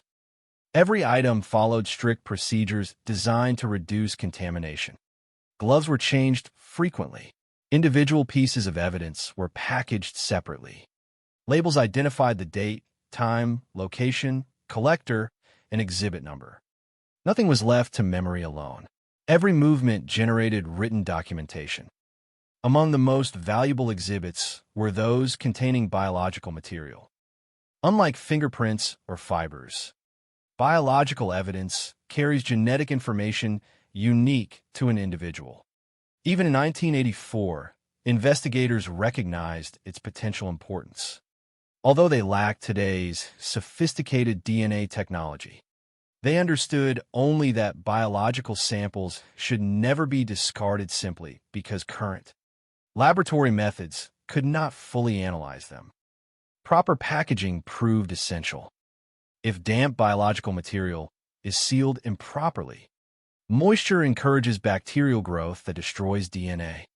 If exposed repeatedly to sunlight or excessive heat, genetic material begins breaking down. If handled carelessly, investigators themselves may unintentionally introduce foreign DNA, complicating future analysis. Forensic protocols therefore emphasized careful drying, appropriate packaging, secure sealing, and minimal handling. Once packaged, every exhibit entered the chain of custody. The chain of custody is often overlooked by the public because it appears administrative rather than scientific. In reality, it is one of the most important protections within forensic investigation. Every transfer of evidence, from crime scene investigator to laboratory technician, from laboratory to secure storage, from storage back to laboratory decades later, is documented. Each signature creates accountability. Investigators can later demonstrate exactly who possessed the evidence at every moment throughout its existence. Without an unbroken chain of custody, even scientifically reliable evidence may become legally vulnerable. The Jessup investigation maintained this documentation over decades. Evidence entered secure storage under controlled conditions. Access remained limited. Each request for examination required authorization. Whenever laboratories performed new testing, the evidence was carefully resealed and returned to storage. Nothing occurred casually. Nothing occurred without documentation. As years passed, many people assumed the investigation itself had gone cold. In reality, the evidence remained remarkably active. Advances in forensic science repeatedly prompted investigators to revisit preserved exhibits. Each new generation of laboratory techniques extracted information that earlier scientists simply could not detect. During the 1980s, forensic examinations relied heavily upon blood grouping, enzyme typing, microscopic hair comparison, fiber analysis, and serological testing. These methods often narrowed possibilities but rarely identified one specific individual. Then DNA profiling emerged. The earliest forms of forensic DNA analysis required relatively large biological samples. Even so, laboratories recognized that previously collected evidence from unsolved murders might now contain answers impossible to obtain when the crimes occurred. Christine Jessup's evidence became part of that scientific transition. Laboratory specialists carefully re-examined preserved biological material using improved DNA techniques. Years later, technology improved again. Scientists developed polymerase chain reaction amplification methods capable of copying extremely small quantities of DNA into sufficient material for testing. Samples once considered inadequate suddenly became scientifically useful. The evidence did not change. Science did. Each technological breakthrough effectively asked the same preserved exhibits a new question. Every generation of forensic testing extracted slightly more information than the last. Investigators therefore resisted exhausting entire biological samples whenever possible. Laboratories consumed only the minimum material necessary for analysis, preserving remaining portions in anticipation of future technologies that might prove even more sensitive. This philosophy became increasingly important. No one could predict which future scientific advancement would ultimately solve the case. Rather than assuming laboratory capability had reached its limit, investigators preserved options for generations yet to come. By the late 1990s and early 2000s, DNA databases expanded significantly. Crime scene profiles could now be compared against known offenders whose DNA had been lawfully collected after qualifying criminal convictions. Investigators submitted the preserved profile through appropriate forensic channels. No match appeared. Years passed. The evidence returned once again to secure storage. For many investigations, this would have represented the end. But cold case investigators understand something uniquely important. An unsolved homicide rarely becomes less significant simply because it becomes older. Instead, time changes the available investigative tools. Detectives assigned to the Jessup case periodically reopened laboratory files, reviewed preservation conditions, and confirmed that biological material remained available for future examination. Storage facilities themselves evolved. Environmental monitoring became increasingly sophisticated. Evidence management systems transitioned from handwritten ledgers toward digital tracking. Barcoding reduced identification errors. Laboratory accreditation standards strengthened quality assurance procedures. Every improvement reduced the likelihood that preserved exhibits would become contaminated or misplaced. The evidence survived not because of one dramatic decision, but because thousands of routine, professional decisions were made correctly over decades. An evidence technician filed the correct paperwork. A laboratory scientist resealed an exhibit properly. A storage manager maintained environmental controls. An investigator resisted unnecessary testing that might consume valuable biological material. Each action appeared small in isolation. Together, they preserved the possibility of justice. By the 2010s, forensic scientists possessed another revolutionary tool. Investigative genetic genealogy no longer required direct matches inside criminal databases. Instead, it could identify distant biological relatives through genealogy databases created primarily for ancestry research.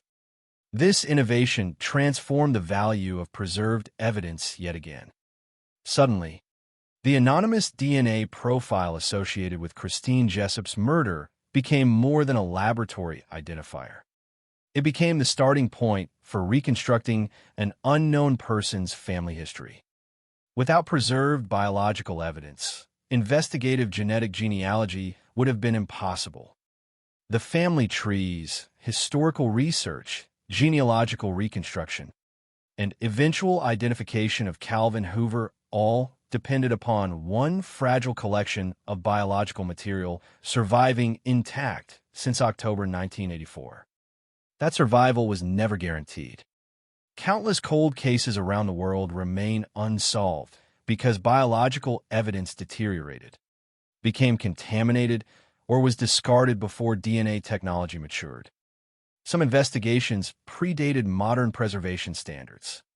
Others suffered accidental loss. Still others exhausted available samples during earlier testing methods that consumed material now considered irreplaceable. Christine Jessup's investigation avoided those outcomes. The evidence endured. When investigators finally compared preserved crime scene DNA against Hoover's biological sample, the scientific conclusion emerged from material collected 36 years earlier. The DNA itself had not become stronger with age. Its scientific interpretation had become more precise. That distinction is essential. Justice was not delayed because investigators lacked commitment. It was delayed because the necessary scientific tools had not yet been invented. The evidence patiently outlived those limitations. Today, the preservation of evidence in the Christine Jessup investigation is studied as an example of long-term forensic stewardship. Crime scene investigators often receive recognition only when arrests occur quickly. Yet in cold cases, their greatest contribution may not become visible for decades. The careful documentation completed in 1984, the meticulous packaging, the uninterrupted chain of custody, the secure storage, the restraint shown by laboratories in preserving remaining biological material. Each decision formed an invisible bridge connecting investigators separated by more than a generation. The detective who reopened the case in 2020 relied upon evidence collected before many modern forensic scientists had even begun their careers. The laboratory analyst performing advanced DNA sequencing depended upon preservation decisions made by colleagues who could never have imagined investigative genetic genealogy. In that sense, solving Christine Jessup's murder became an extraordinary collaboration across time. One generation collected the evidence, another protected it, another developed the science, and another finally interpreted what had been waiting silently all along. The greatest lesson may be the simplest. Evidence is not merely a record of the past. When preserved with care, integrity, and patience, it becomes an investment in the future. For 36 years, the truth remained sealed inside carefully labeled packages resting quietly within secure storage. While the world changed around it, while technology advanced beyond imagination, and while investigators searched for answers that seemed permanently out of reach, the evidence never stopped waiting. Eventually, science caught up, and when it did, those silent exhibits finally revealed the answer they had been preserving since the day they were first collected, an answer that only survived because countless professionals believed that even when justice could not be achieved today, the evidence deserved to remain ready for tomorrow. By the end of the 2010s, the Christine Jessup investigation had entered unfamiliar territory. Detectives were no longer asking the same questions that had dominated the case during the 1980s and 1990s. The traditional investigation had exhausted nearly every conventional avenue. Thousands of witness interviews had been completed. Physical evidence had been examined repeatedly.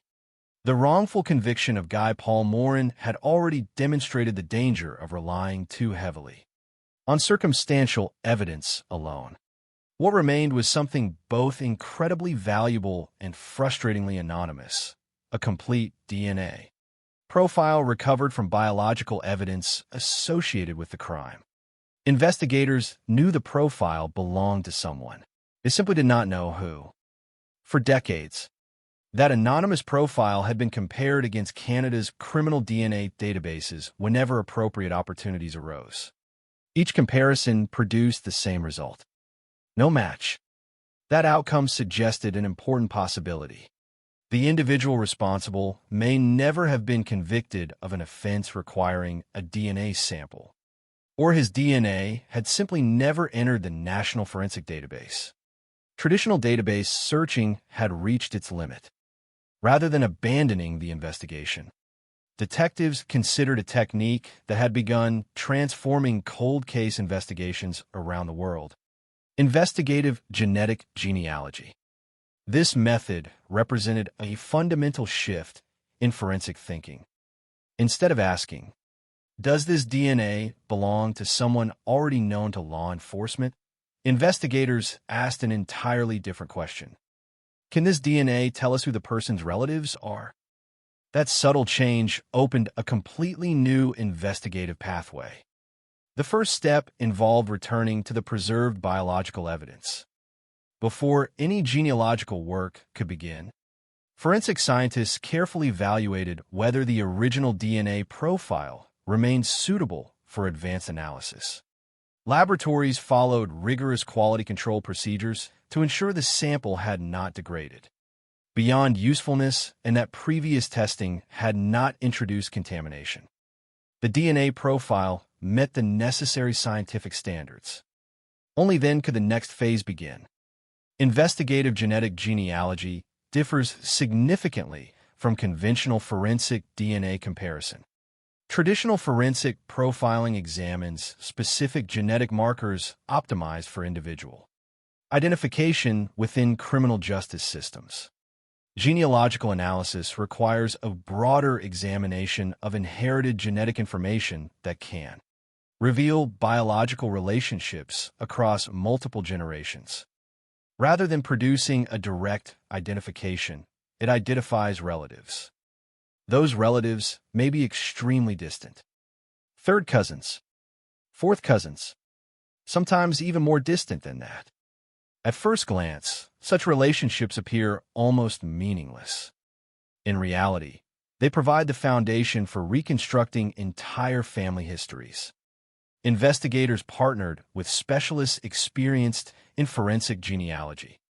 Their task was not simply scientific. It combined genetics, historical research, archival investigation, and traditional detective work. The DNA profile was analyzed using methods appropriate for genealogical comparison. Potential biological relatives gradually emerged through available genealogical resources. None of these individuals were suspects. They had done nothing wrong. Most had submitted DNA years earlier, simply to learn more about their ancestry or family origins. They unknowingly became reference points within an enormous biological map. Each relative represented one branch of a much larger family tree. The work then shifted from genetics to genealogy. Professional genealogists began constructing extensive family trees stretching backward through multiple generations, birth records, marriage certificates, death registrations, obituaries, census documents, immigration records, military files, property records, historical newspapers, church registries. Every verified document helped identify additional family connections. The process demanded extraordinary patience. One ancestor might have dozens of descendants spread across Canada and the United States. Each branch required careful verification. Every relationship had to be documented rather than assumed. Mistakes could send investigators toward entirely unrelated families. Unlike television dramas, no computer generated the suspect's name within minutes. Weeks became months. Researchers followed family lines across generations, gradually narrowing hundreds of potential descendants into increasingly manageable groups. As genealogists expanded family trees, homicide investigators performed parallel investigative work. Historical records revealed where family members had lived. Employment records established workplaces. Driver's license information documented addresses. School records, military service, marriage histories, and property ownership all helped reconstruct individual lives. Investigators asked practical questions. Who lived in Ontario during October 1984? Who was old enough to have committed the crime? Who could realistically have traveled through the Queensville area? Who could be eliminated because they lived elsewhere? Every confirmed fact removed additional names from consideration. Eventually, two entirely independent forms of investigation, genetics and conventional detective work, began pointing toward the same individual. That convergence was critical. Genealogy alone does not solve homicide cases. It provides investigative leads. Those leads must then withstand traditional evidentiary standards. One name consistently remained after repeated elimination of alternatives: Calvin Hoover. At this stage, investigators did not publicly identify him. They treated him as a person requiring further scientific evaluation. Another significant complication immediately emerged. Hoover had died in 2015. The investigation, therefore, entered unfamiliar legal territory. Living suspects can be interviewed. Their movements can be examined through surveillance. Search warrants can recover fresh biological samples. None of those options remained available. Investigators instead searched for lawfully preserved biological material associated with Hoover. After obtaining the necessary legal authorization, they secured a biological sample suitable for forensic comparison. Now came the most important scientific stage of the entire investigation. The genealogical work had generated an investigative hypothesis. The DNA laboratory would determine whether that hypothesis was correct. Scientists compared Hoover's biological sample directly against the DNA profile preserved from the Christine Jessup investigation. Unlike the earlier genealogical analysis, this comparison involved standard forensic DNA identification techniques. It was a direct laboratory comparison between two biological samples. The procedure followed strict forensic protocols. Independent analysts reviewed the results. Quality control standards ensured accuracy. Laboratory documentation recorded every analytical step. The outcome was decisive. The DNA profile matched. The biological evidence collected in 1984 originated from Calvin Hoover. After more than 35 years, the anonymous genetic profile finally had an identified source. Importantly, investigators did not stop there. Modern homicide investigations require corroboration whenever possible. Detectives reviewed Hoover's documented history once again. His age, his residence, his geographic connection to Ontario, historical timelines, known movements. Every available fact was evaluated alongside the DNA findings. The combined evidence supported investigators' conclusion. Only after completing this exhaustive review did authorities prepare to announce the results publicly. In October 2020, York Regional Police held a news conference. For the first time since Christine Jessup disappeared in 1984, investigators identified the individual they concluded was responsible for her murder. They explained that investigative genetic genealogy had generated the initial lead. Conventional detective work had narrowed the possibilities. Direct forensic DNA comparison had confirmed the identification. Because Calvin Hoover had died years earlier, there would be no criminal prosecution. Nevertheless, investigators stated that the available evidence allowed them to conclude their investigation. The announcement carried another profound implication. The same scientific process that identified Hoover reinforced what earlier DNA testing had already established decades before. Guy Paul Morin had been completely innocent. The investigation therefore reached two independent conclusions through objective scientific evidence.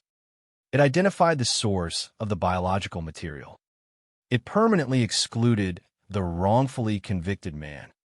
Perhaps the most remarkable aspect of the 2020 investigation was not any single technological breakthrough. It was the integration of multiple disciplines. Crime scene investigators preserved biological evidence in 1984. Forensic scientists protected and reanalyzed that evidence across decades. Genealogists reconstructed complex family histories. Detectives verified historical facts through conventional police work. DNA laboratories conducted confirmatory testing under modern forensic standards. Every discipline depended upon the others. Had any one of those components failed, the investigation might never have reached its conclusion. The case also demonstrated an important truth about modern forensic science. Technology does not replace detective work. It enhances it. DNA did not independently solve Christine Jessup's murder. People did. Scientists developed increasingly sophisticated laboratory techniques. Genealogists patiently reconstructed generations of family history. Investigators verified historical records one document at a time. Laboratory analysts confirmed every conclusion through rigorous scientific procedures. Technology provided extraordinary tools. Human judgment, discipline, and persistence transformed those tools into evidence.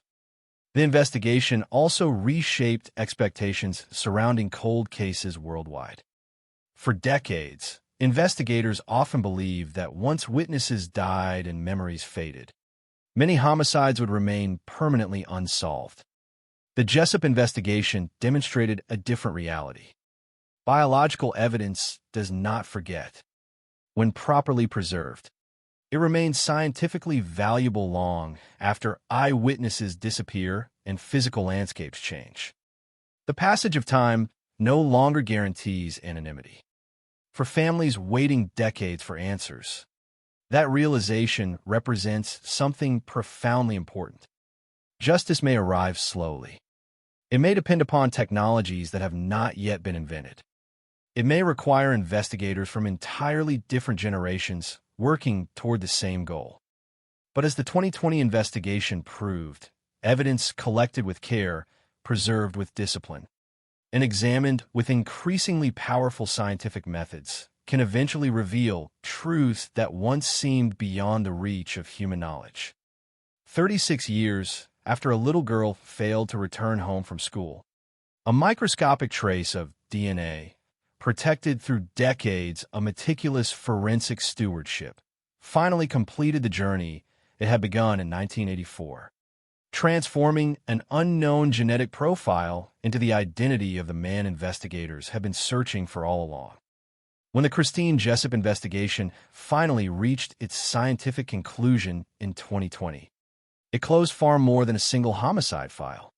It marked the end of a case that had influenced Canadian policing, forensic science, prosecutorial practice, and public confidence in the justice system for nearly 4 decades. Few criminal investigations have produced such profound institutional change. Christine Jessup's murder was a tragedy. The wrongful conviction of Guy Paul Morin was a failure of justice.